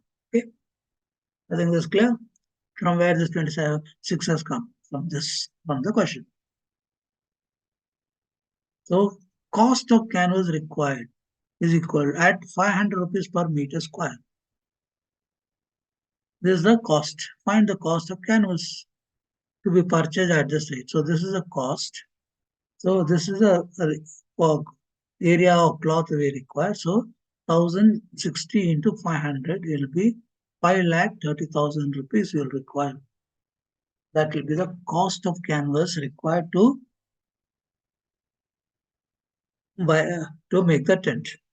5,30,000 rupees the cost. Next question. 35th question. The median of the following data is 50. Find the value of P and Q if the sum of the frequencies is 90. Also find the mode. So first we need to find the median and then we find the value of P and Q using that median value and then go for mode. Solution. First we copy. When you want to find median, we need to calculate one more column. These are the two columns which are given. We have to calculate one more column called the cumulative frequency. How do we calculate cumulative frequency? This P, write it as it is in front of. And P plus 15, add it up. Then P plus 15 plus 25. 15 plus 25 is 40, so P plus 40. P plus 40 plus 20 is P plus 60. P plus 60 plus Q, that means P plus Q plus 60. P plus Q plus 60 plus 8 is P plus Q plus 68. And 68 you add again 10, so it becomes P plus Q plus 78. This is a, and total of the frequency, that is the total number of students is given as 90. Okay, so this total should be equal to this. So this will give you one equation. So P plus Q plus 78 must be equal to 90. This implies P plus Q is equal to 90 minus 78. So that is P plus Q is 12. So you will get one equation here. P plus Q is 12. Now let's go for the second.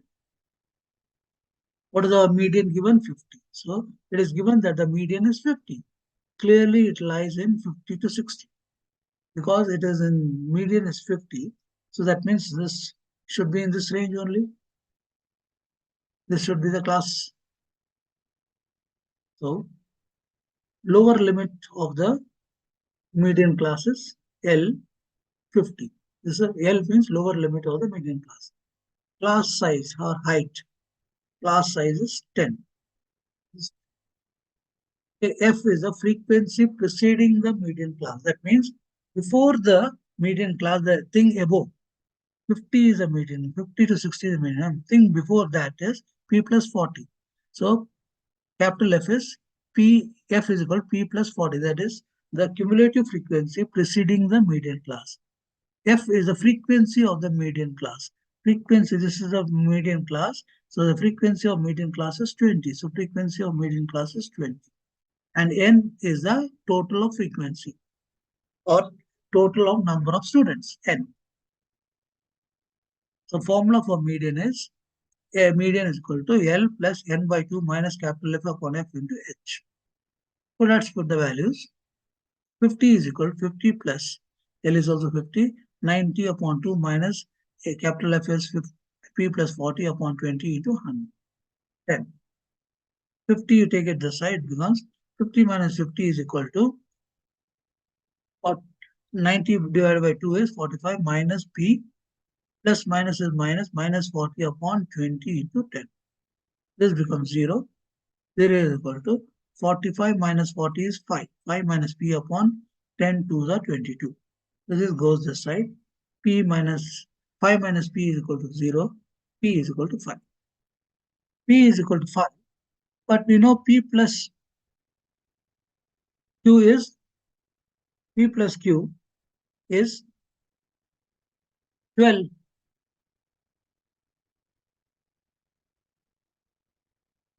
P plus Q is 12.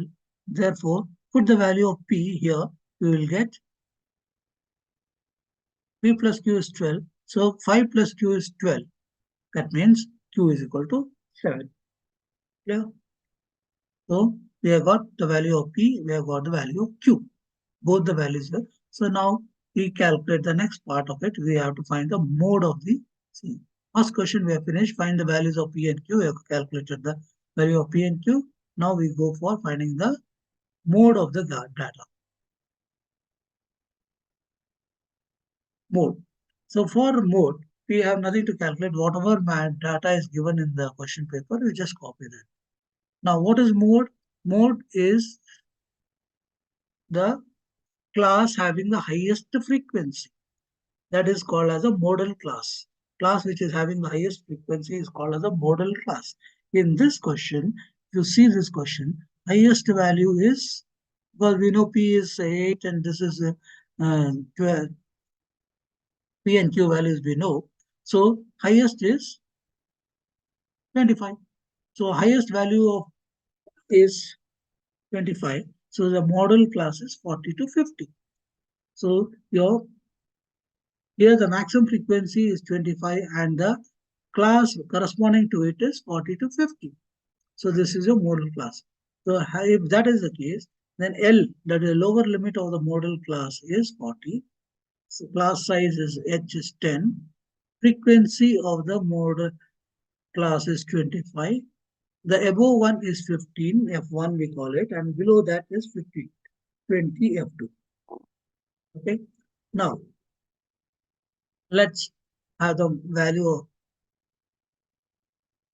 mode is given by L plus F minus F1 upon 2F minus F1 minus F2 into H.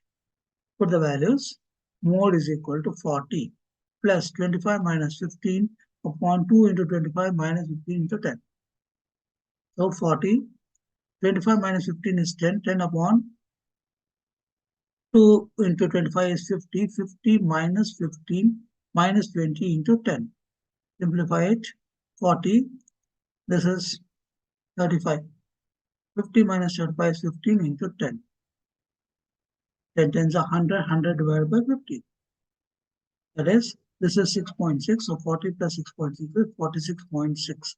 This is the modal value for this particular data. So this is the question. This is section D. Okay.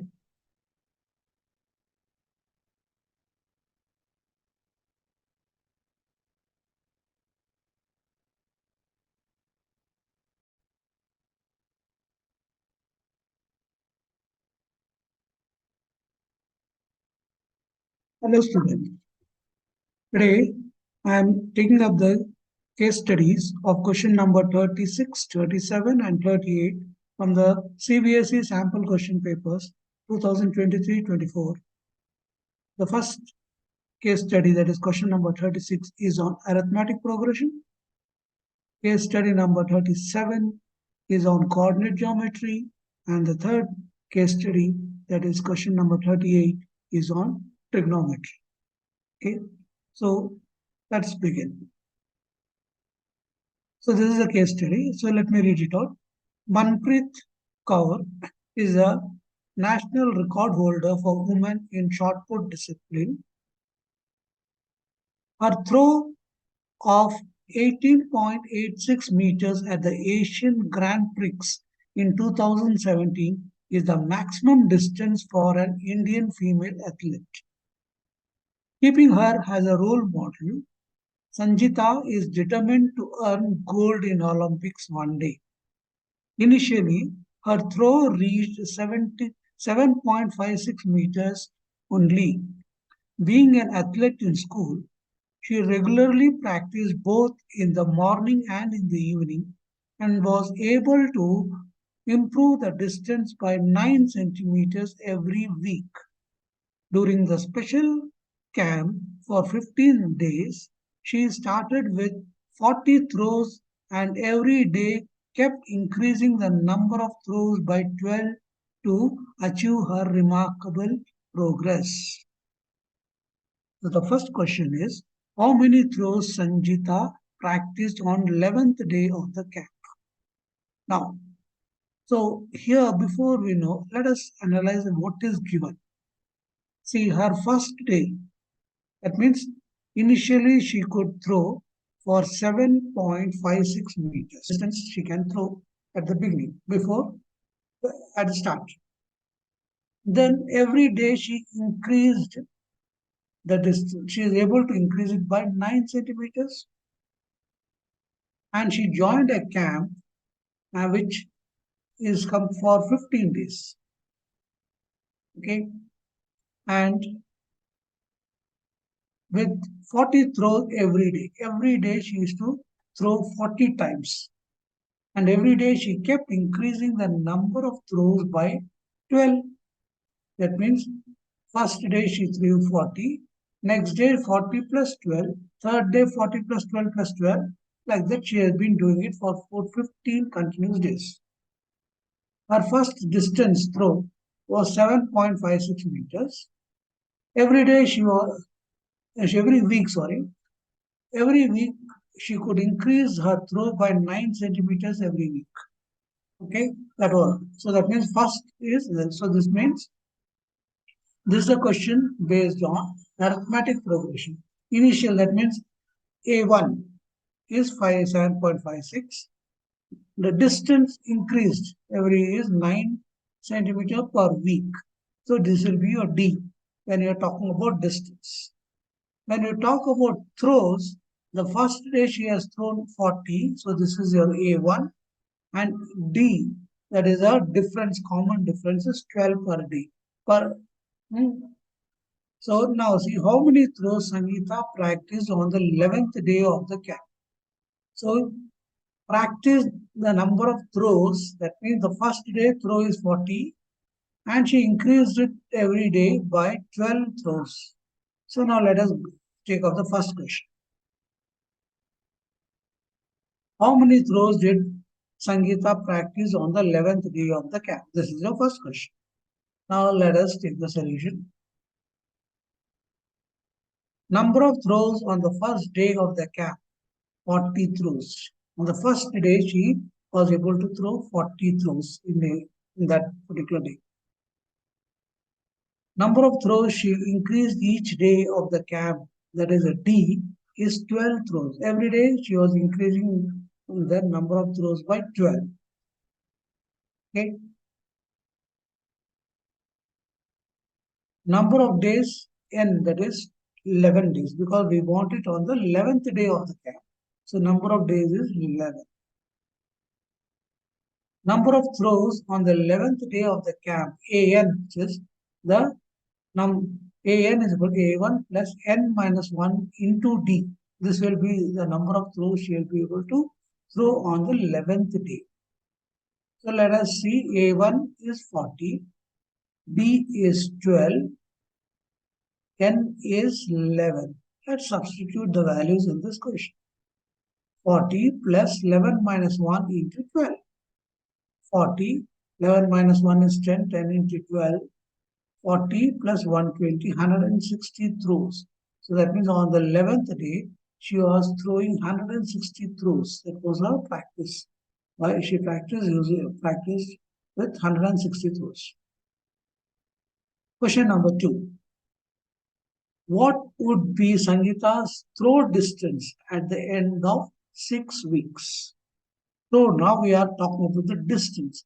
Here in this first question, it was the number of throws. Now it is the distance. Now, when you remember, on the first day, her distance was 7.56 meters.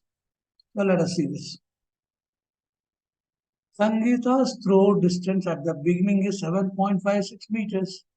So I'm just converting it into centimeters. So just into 100, because 1 meter is 100 centimeters. So into 100, 756 centimeters. That was the distance she was able to throw on the first day. Distance throw, Sangeeta's throw distance at the end of the first week. After 1 week, her first week is 756 plus 9. That means on the first week, she was throwing 765 centimeters. That was the distance. Number of weeks is 6. Sangeeta's throw distance increased each week by 9 centimeters. So increase in 9 centimeters every week is the D. That is a common difference. Number of weeks is 6. See, it is asked here 6. So again, similar type of formula. Sangeeta's throw distance at the end of 6 weeks is AN is equal to A1 plus N minus 1 into D. 756, sorry, 765 plus 6 minus 1 into 9. 765 plus 5 into 9. 765 into 45, 810 centimeters. That is 8.1 meters. So in 6 weeks' time, her throw increased from 7.56 to 8.1. Okay, this was the throw on the 6th week of practice. Next, the second question had another question there. When will she be able to achieve a throw of 11.16 meters? Now we want a throw of 11.16. When you want a throw of 11.16, that means this is your final number, that is AN. So, Sangeeta's throw distance at the beginning is 756 meters, 756 centimeters. Sangeeta's throw distance increased each week by 9 centimeters. Sangeeta's throw to achieve a distance is equal to 11.16 meters, that is 1116 centimeters. This is your AN. A1, D, AN. When will she means I want to calculate number of days. So number of weeks required to achieve her target N. Yes, but this is increase per week. That's why we are considering week, number of weeks, not number of days. Why? Because in 1 week, she is able to increase her throw by 9 centimeters. So that's why we consider week. So number of weeks it is. So number of weeks required is, that is, AN is equal to A1 plus N minus 1 into D. AN is this. So the value is 1116 is equal to 756 plus N minus 1 into 9. 9 is the distance. This. Take this 756 to this side. Another 1116 minus 756 is equal to N. Sorry. N minus 1 into 9. Subtract it. 360 divided is equal to N minus 1 into 9. 360 divided by 9 is N minus 1. 40 is equal to N minus 1. Take 1 this side. So N is equal to 40 plus 1, that is 41 weeks. She will take 41 weeks to achieve a target of 11.16 meters. Okay. Next question. How many throws did she do during the entire camp of 15 days? So now it is a number of throws again. So for the entire camp of 15 days, how many throws? So number of throws on the first day of the camp A1 is 40 throws. Number of throws she increased each day of the camp is 12. That is D is 12. Number of days is N is equal to 15 days. So number of throws she did during the entire camp of 15 days is Sn is equal to number of throws, total number of throws. Okay. First day she did some number. Next day, first day she did 40. Next day she did 40 plus 12. So 40 plus 40 plus.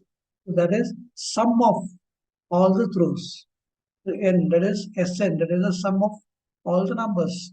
So n upon 2 into 2a plus n minus 1 into d. Let's put the value. N is 15 days, so 15 upon 2. 2 into the first day throw is 40 plus 15 minus 1 into 12. 15 upon 2, 80. 2 40 is 80. 14 minus 1 is, 15 minus 1 is 14 into 12. Multiply 15 upon 2 into 80 plus 168. Add it up.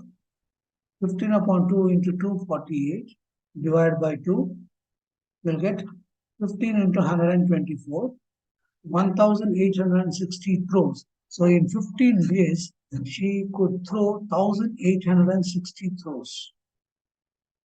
Okay. So this is your case 1. Clear? Now taking the second case, this is case 2. Okay. Case 2, that is the question number 37 from the sample paper it is. Tarunya was thrilled to know that the football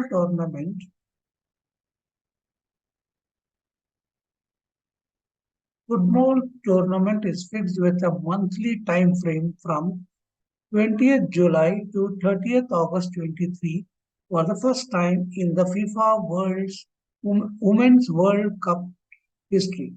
Two nations host in 10 venues. Her father felt that the game can be better understood if the position of the player is represented as points on the coordinate plane. So this is the map of that is the position of the different players there. This is A, this is B, so this other, and they have been named. See that this is the position based on this. So since it is a position, we talk in terms of its coordinates. Therefore, it's a question based on coordinate geometry. Now see the first question. At what instant the midfielder and forward formed a parallelogram from find the position of the central midfielder D if the position of the other players who form the parallelograms are A, B, C, and D. So now it's here, this is A, there is B here, here it is, there is C here, and this is D. So that is the parallelogram is formed is here. Okay, this is how the parallelogram is formed from here to here to here, here. Now coordinates of A is given 1, 2, B is 4, 3, C is 6, 6, and D. So since we want to find the coordinates of D, let's take the coordinates of D as x, y. Now it's a parallelogram. And since it's a parallelogram, we know that opposite sides are equal and opposite sides are parallel. We can use that concept, or there's one special property of a parallelogram. Diagonals of the parallelogram bisect each other. So you can use any of the concept and try to find out. Now see, so this is the first question. Since I have read the question, I will not read it again. Now, just let's go for the solution. First, let us draw a figure like this. When you draw a figure, you'll get an idea. A is here, B is here, C is here, D is here. That was the way we saw in the figure. So A is 1, 2 coordinates. Coordinates of B is 5, 3. Coordinates of C is 6, 6. We have to find the coordinates of D, that is X. I have drawn two diagonals and they intersect at point O. And you know the diagonals of the parallelogram, because it's a parallelogram, we mentioned in the question also. The diagonals of the parallelogram bisect each other. That means coordinates of O along AC must be equal to coordinates of O along DB. So using that concept, I am just writing it. The players A, B, C, and D are positioned in such a way that they form a parallelogram. The coordinates of their position is given as shown in the figure. This is the position and the coordinates are given. Now, as per the properties of the parallelogram, the diagonals of a parallelogram bisect each other at AO. They bisect each other. So that means if they are bisecting each other, that means the ratio of this upon this both must be equal. AO is to OC is equal to BO is to OD is equal to 1 is to 1. This is 1 is to 1 and this is also 1 is to 1. Well, because bisect each other means dividing into two equal parts. So that means the ratio in which they are dividing each other is 1 is to 1. Using this property, we can say coordinates of O along AC is equal to coordinates of O along DB. Coordinates of O, this coordinate along this line, is also equal to the coordinates of this along this. So let's, what is it? It's a midpoint. So you can say, since it's a midpoint, x and x you add it up, divide by 2, y and y you add up and divide by 2. So the coordinates of O will be 1 plus 6, 1 plus 6 upon 2, 2 plus 6 upon 2. This will be the coordinates of O along AC. And when you talk about DB, it is x plus 4 upon 2 and y plus 3 upon 2. X plus 4. Now if you see here, simplify it using, actually this is using section formula, or you can also use the midpoint theorem that says middle, so 1 is to 1 it is. So it is the section formula concept.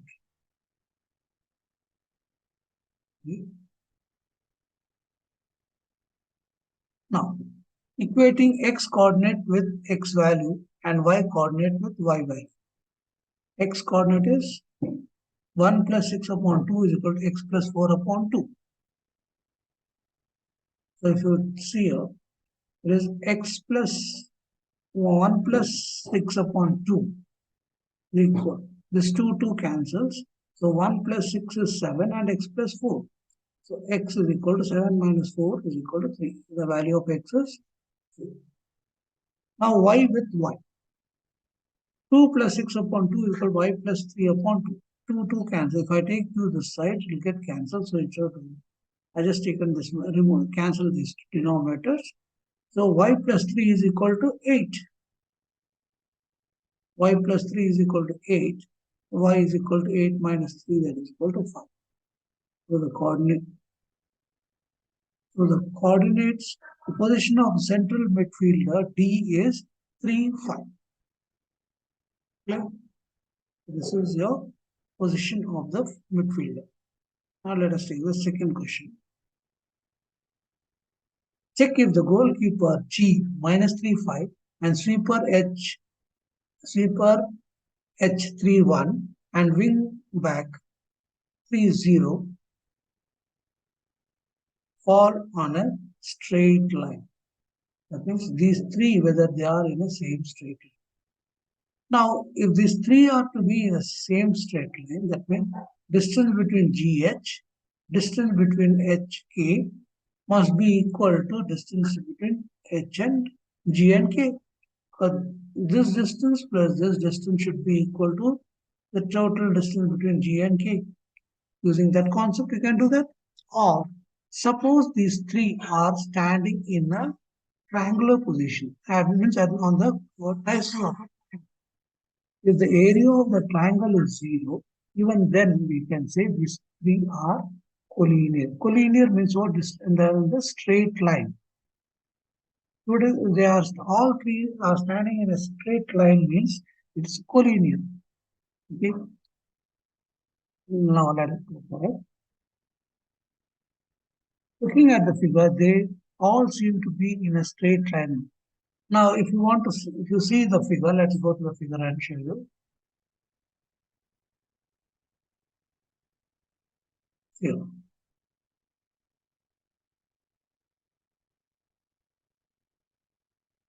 Now, G, H, and K, these three.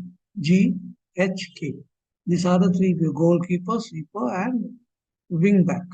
All three. If you look at the figure, they seem to be in a straight line. So, but analytically, if you see, they look straight line, but let us analytically see if they are really in a straight line. So let's go for the calculation part of it.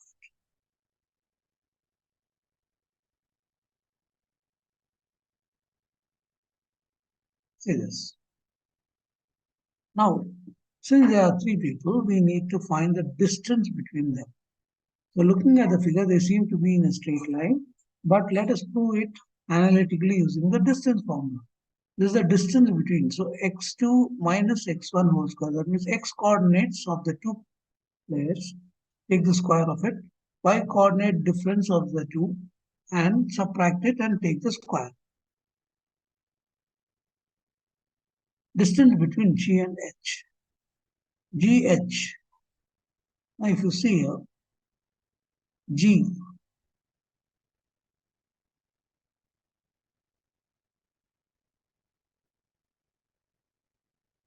minus 3 minus 3. Okay.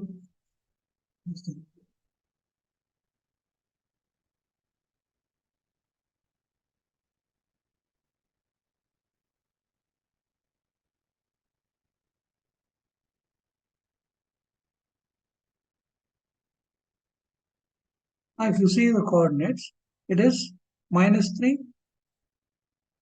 So minus 3 minus 3. There is x2 is minus 3 and x1 is 3. So minus 3 minus 3 whole square plus 5 minus 1. 5 minus 1 whole square is equal to between how much it is? Minus 3 minus 3 is minus 6 whole square. So minus 6 whole square.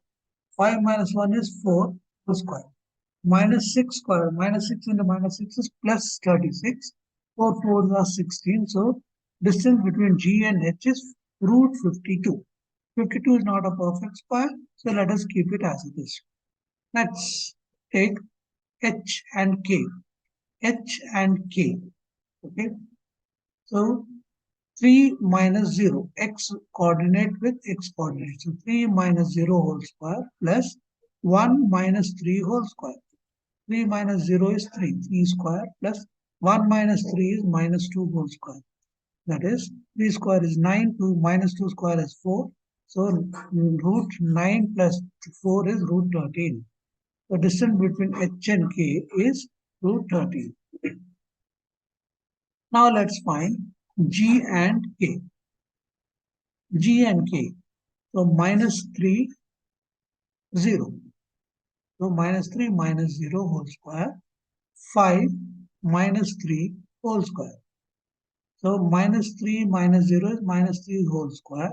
5 minus 3 is 2. 2 square. So minus 3 square is 9. 2 square is 4. So minus root 13. So now distance between GK is root 13, distance between HK is root 13, and distance between GH is root 52. Okay. Now GK plus HK. These two are scalar values. So that means this two, if you add, it should be equal to this. So G root distance is GK is root 13 plus root 13 is 2 root 13. Suppose you were to take this 2 inside the root side, it will be 2 into 2, that is 4. 4 into 13 is 52, which is GH. So all total of these two is equal to this. Since it is equal, we can say from the above calculation, we conclude that K is in between G and H. Now you see, when you add these two, then you are getting, that means K is in between GH and then, so G, K, H fall in a straight line. G, K, H fall in a straight line. Clear? So because of it, so here by this method, we are able to give a conclusion that K is standard between G and H. Okay. Another method which I told you, that is finding the area of a triangle. Suppose these three G, K, and H were to form a triangle. If they were to form a triangle, then we'll get an area of a triangle. But if the area of the triangle happens to be 0, that means a triangle is not being formed. That means the 3 points are in a straight line. So using the alternative method, so we are using this method. Then alternative method, we can follow this method or the method which I'm explaining now. So area of triangle GHK is 1 by 2. So this is the formula for area of a triangle where x1, y1, x2, y2 and x3, y3 are the coordinates of the vertices of a triangle. Okay. So x, that means I will have to take x1, y1, this as x2, y2, and this you take as x3, y3. Okay. So let's again we can mention all that. G is x1, y1, H is x2, y2, and K is x3, y3. This will be given. That means your x1 is minus 3, y1 is 5, x2 is 3, y1 is y2 is 1, and x3 is 0, and y3 is 3. So using that, let us substitute the values. 1 by 2 minus 3, 1 minus 3, that is y. y2, 1 minus 3, plus x2. x2 is 3, and y3. y3 is 3 minus y1, that is minus 5. 3 minus 5. x3. x3 is 0. y1. y1 is 5 minus 1. Okay. Now let us 1 by 2 minus 3 minus 2. Here. Minus 3 minus 2. 3 minus 2. 4. 0 into 4. 5 minus 1 is 4. 1 by 2 minus minus plus 3 to the 6. 3 to the 6 plus minus and minus. 4 0 is 0. So plus 6 minus 6 is 0. 0 plus 0 is 0. 0 into 1 by 2 is 0. So area of triangle 1 by 2 into 0 is 0. Since the area of triangle is 0, GHK fall in a straight line. We say that GHK is then falling in a straight line or they are in a straight line. Okay.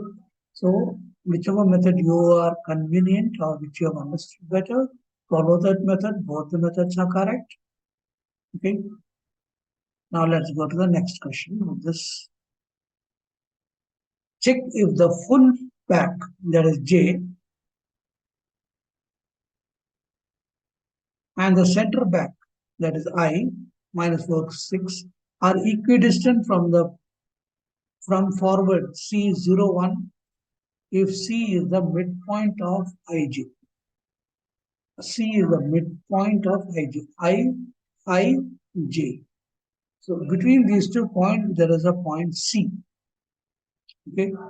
And between these 2 points, there is a point C, and we have to find out whether this is the midpoint of these two.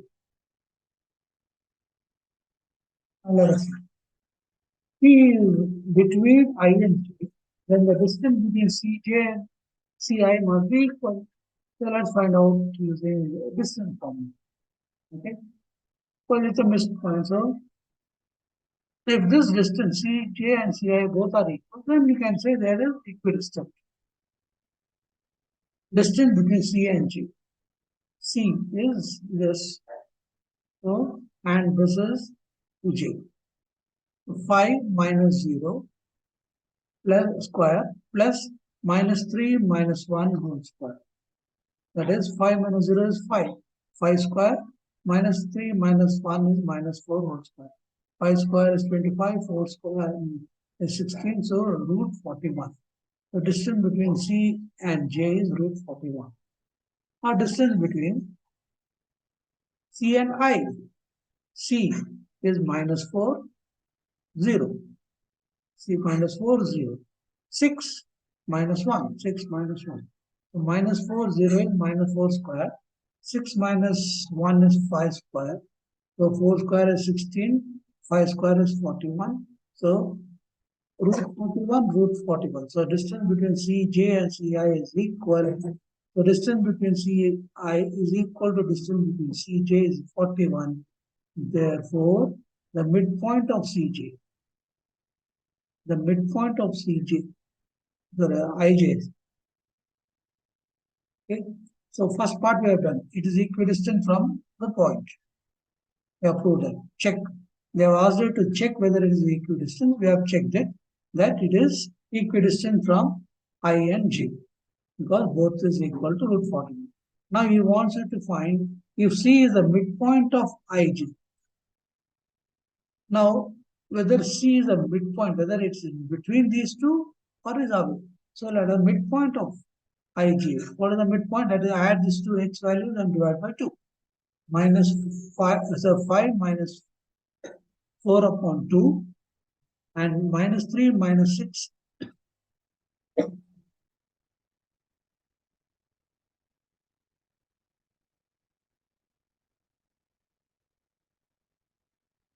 minus 5 minus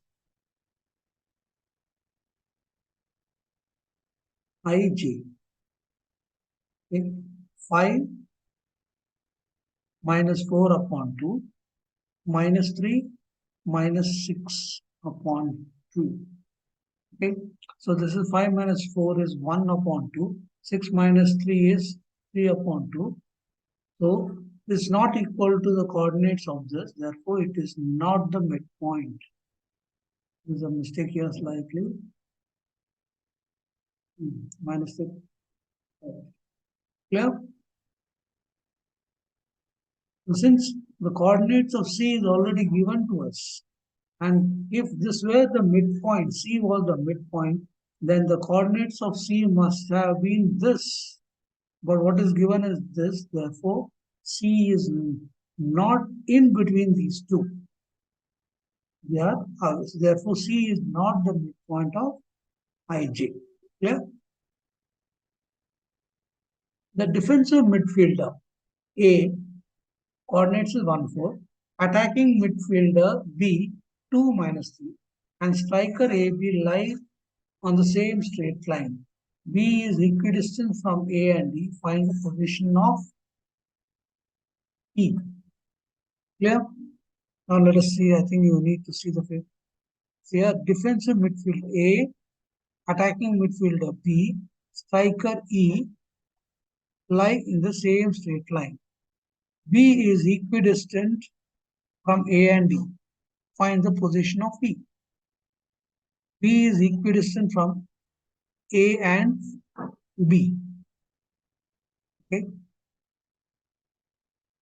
B is equidistant from A and D. Find the position of E. Since B is equidistant from A and D, AB must be equal to BE must be equal to 1:1. Both are equal.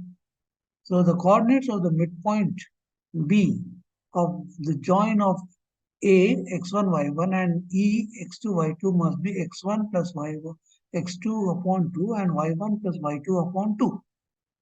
So what is x1? A and E. A and E, these two. So that is coordinates of B is given 2 minus 3. A plus 1 upon 2 b plus 4 upon. Equate x value with x, y value with y. You will get equating x coordinate with x value and y coordinate with y value. You will get a plus 1 upon 2 is equal to 2. A plus 1 is equal to 2, 2s are 4. A is equal to 3. B plus 4 is equal to minus 3. B plus 4 is equal to minus 6. B is equal to minus 6 plus minus 4 is equal to minus 10. So,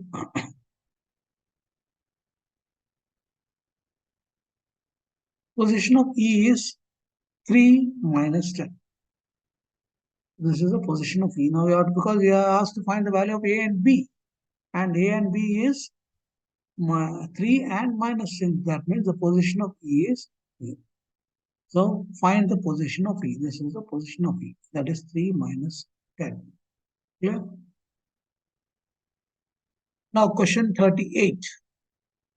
This is, see this, the figure itself you can say the angles are given. So it's a question based on trigonometry. Okay. See this. One evening, Kaushik was in a park. Children were playing cricket. Birds are birds were singing on a nearby tree of height 80 meters. The height of the tree is 80 meters. He observed a bird on the tree at an angle of elevation of 45 degrees. When a sixer was hit, the ball flew through the tree, frightening the birds to fly away. In 2 seconds, he observed the bird flying at the same height at an angle of elevation of 30 degrees and the ball falling towards them at the same height at an angle of 60 degrees, elevation of 60 degrees. Here, this is where you're standing, FG. You see, one evening, Kaushik was in a park. Children were playing cricket. So here the tree is here. This is the tree. Okay, this is a bird here. The bird is sitting here on the tree, and here the Kaushik is standing here. He is looking at the tree. The tree is 80 meters tall. Okay. Now, 80 meters. Birds are singing on the nearby tree at height. He observed that a bird on the tree at an angle of 45 degrees. This means this is a bird. He saw the bird and he measured the angle. This angle, he measured this angle as 45 degrees. A ball was hit. So a sixer was hit and the ball flew through the tree, frightening the bird to fly out. So ball hit the tree and flew out, flew through the tree. It means it just flew through. In 2 seconds, he observed the bird flying at the same height at an angle of elevation of 30 degrees and the ball flying towards him at the same height at an angle of 60 degrees. The moment the ball flew, when the sixer hit, the ball hit it. When the ball went and hit the thing, the bird flew away. But it was flying at the same height, so he measured the angle at which the bird was flying as 30 degrees. This ball hit the tree and bounced back. When it bounced back, he measured the ball where it was at as 60 degrees. This angle he measured it at 60 degrees. Here, I explain again. This is a tree. A bird was sitting on the tree. The angle from here, Kaushik was sitting here. He saw the bird at an angle of 45 degrees. The ball went and hit the tree, sixer. When it hit the tree, the bird which was sitting here got scared and suddenly flew away. It flew off in 2 seconds. It flew from here to here. And when it was here, he again measured the angle and he measured the angle as 30 degrees. Okay, this was about the bird. But what happened to the ball? Ball hit the tree and bounced back, and hit the tree and bounced back, and it was here that time. And when it was here, the angle he measured with the ball is 60 degrees. Okay, clear? Tree is here. From here to here, the bird flew in 2 seconds, and the ball hit the tree and bounced back, and it came to position F. Okay, height remaining 80 meters. 80 meters is the height thrown. Clear? Bird 45 degrees. Here the bird is 30 degrees and the ball is at 60 degrees. At what distance from the foot of the tree was he observing the bird sitting on the tree? So foot of the tree is here. This is the foot of the tree because the tree is here. This is the foot of the tree, and Kaushik was sitting here. We want at what distance from the foot? From the foot, at what distance? I have to find CB. Now, if you want to find CB, see this is the triangle. You'll have to take triangle ABC. In triangle ABC, if you take triangle ABC, angle is 45 degrees because from here, this angle formed here is 45 degrees. So you take this is the opposite and this is adjacent. So opposite by adjacent is what? Tan. So let us take the ratio tan. So again I have drawn the figure for you so that it is quite clear. Now, at what distance from the foot of the tree was he observing the bird sitting on the tree? So what is the thing? As I told you, you need to take C is the position from where Kaushik is watching the bird sitting on the tree. Okay. C is the position from where, see here, this is the position. From here, Kaushik is watching the bird sitting on the tree. On the tree AB. Tree is AB. CB is the distance from the foot of the tree to the point where he is observing it. So CB is the distance from the foot of the tree to the point where he is observing the bird. So you have to find this distance. And this distance is known.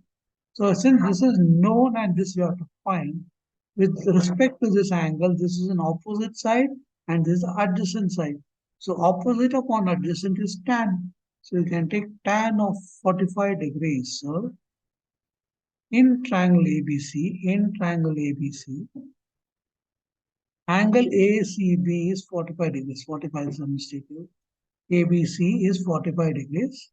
So tan 45 is opposite upon adjacent. Opposite is 80. Adjacent is BC. BC. This is the adjacent side. So tan 45 is what? 1. 1 is equal to 80 upon BC. So BC is equal to 80 meters. That means Kaushik is sitting at a distance of 80 meters away from the foot of the tree. How far did the bird fly in the mentioned time? Bird flew from here to here in 2 seconds. So I have to find this distance. To find this distance means the bird is now here. It is making an angle of 30 degrees. You know this is 80. You find the full length. And when you find this full length and subtract BC, what we have calculated here, this is the distance the bird has flown in 2 seconds. So how far did the bird fly in the mentioned time? Mentioned time is 2 seconds. So again we go for tan only, opposite of mentioned time. The bird flew from A to D, which is equal to BE. So angle DCE is 30 degrees. So tan 30 is opposite upon adjacent 80 upon CE. Tan 30 is 1 by root 3 is equal to 80 upon CE, cross multiply. CE is equal to 80 root 3. 80 root 3 value is 1.73. So 80 into 1.73 is 138.4 meters. This distance C to E is 138.4 meters. BE is equal to CE minus CB. CE minus BC. So 138.4 minus 80 is 58.4 meters. So the bird flew 58.4 meters in 2 seconds. The bird flew 58.4 meters in 2 seconds. Yeah. Or there's another question here. After hitting the tree, how far did the ball travel in the sky when Kaushik saw the ball? The ball hit the tree here and it traveled in this distance.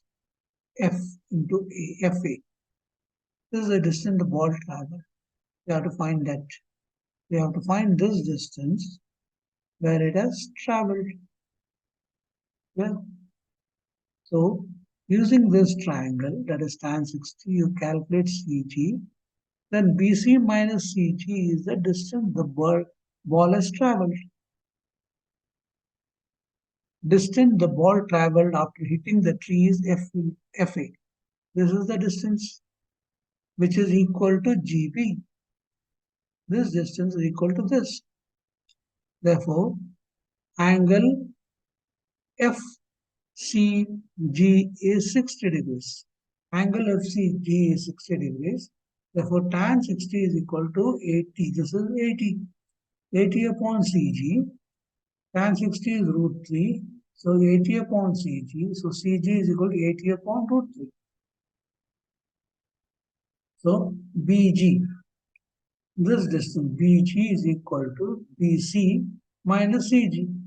BC minus CG, that is 80 minus 80 upon root 3. So that is 80 bracket, we can take out common, 80 bracket 1 minus 1 upon root 3 meters after hitting the tree. So the ball traveled 80 bracket 1 minus 1 by root 3 meters after hitting the tree. This is the clear? Hope you have understood. Our next question. What is the speed of the bird in meters per minute if it had flown 20 meters, 20 point bracket root 3 plus 1 meters? So this is the distance the bird have flown. Okay. Then we have to find what is the speed of the bird in meters per minute if it had flown. This is the distance. So now let us see. What is its speed? Speed is equal to distance upon time. What is the distance? Distance is 20 bracket root 3 plus 1 upon. This is the distance and time is 2 seconds. 1 second. We want it in minutes, so convert that second into minutes. So 2 divided by 60. Okay, 2 divided by 60. The denominator goes to the numerator and it will be 20 bracket root 3 plus 1 into 60 upon 2. 2 and 20 you cut it, it will become 10. So 60 into 10 is 600 root 3 plus 1 meters per minute. This is the speed of the bird if it had flown this much in 2 seconds. Here,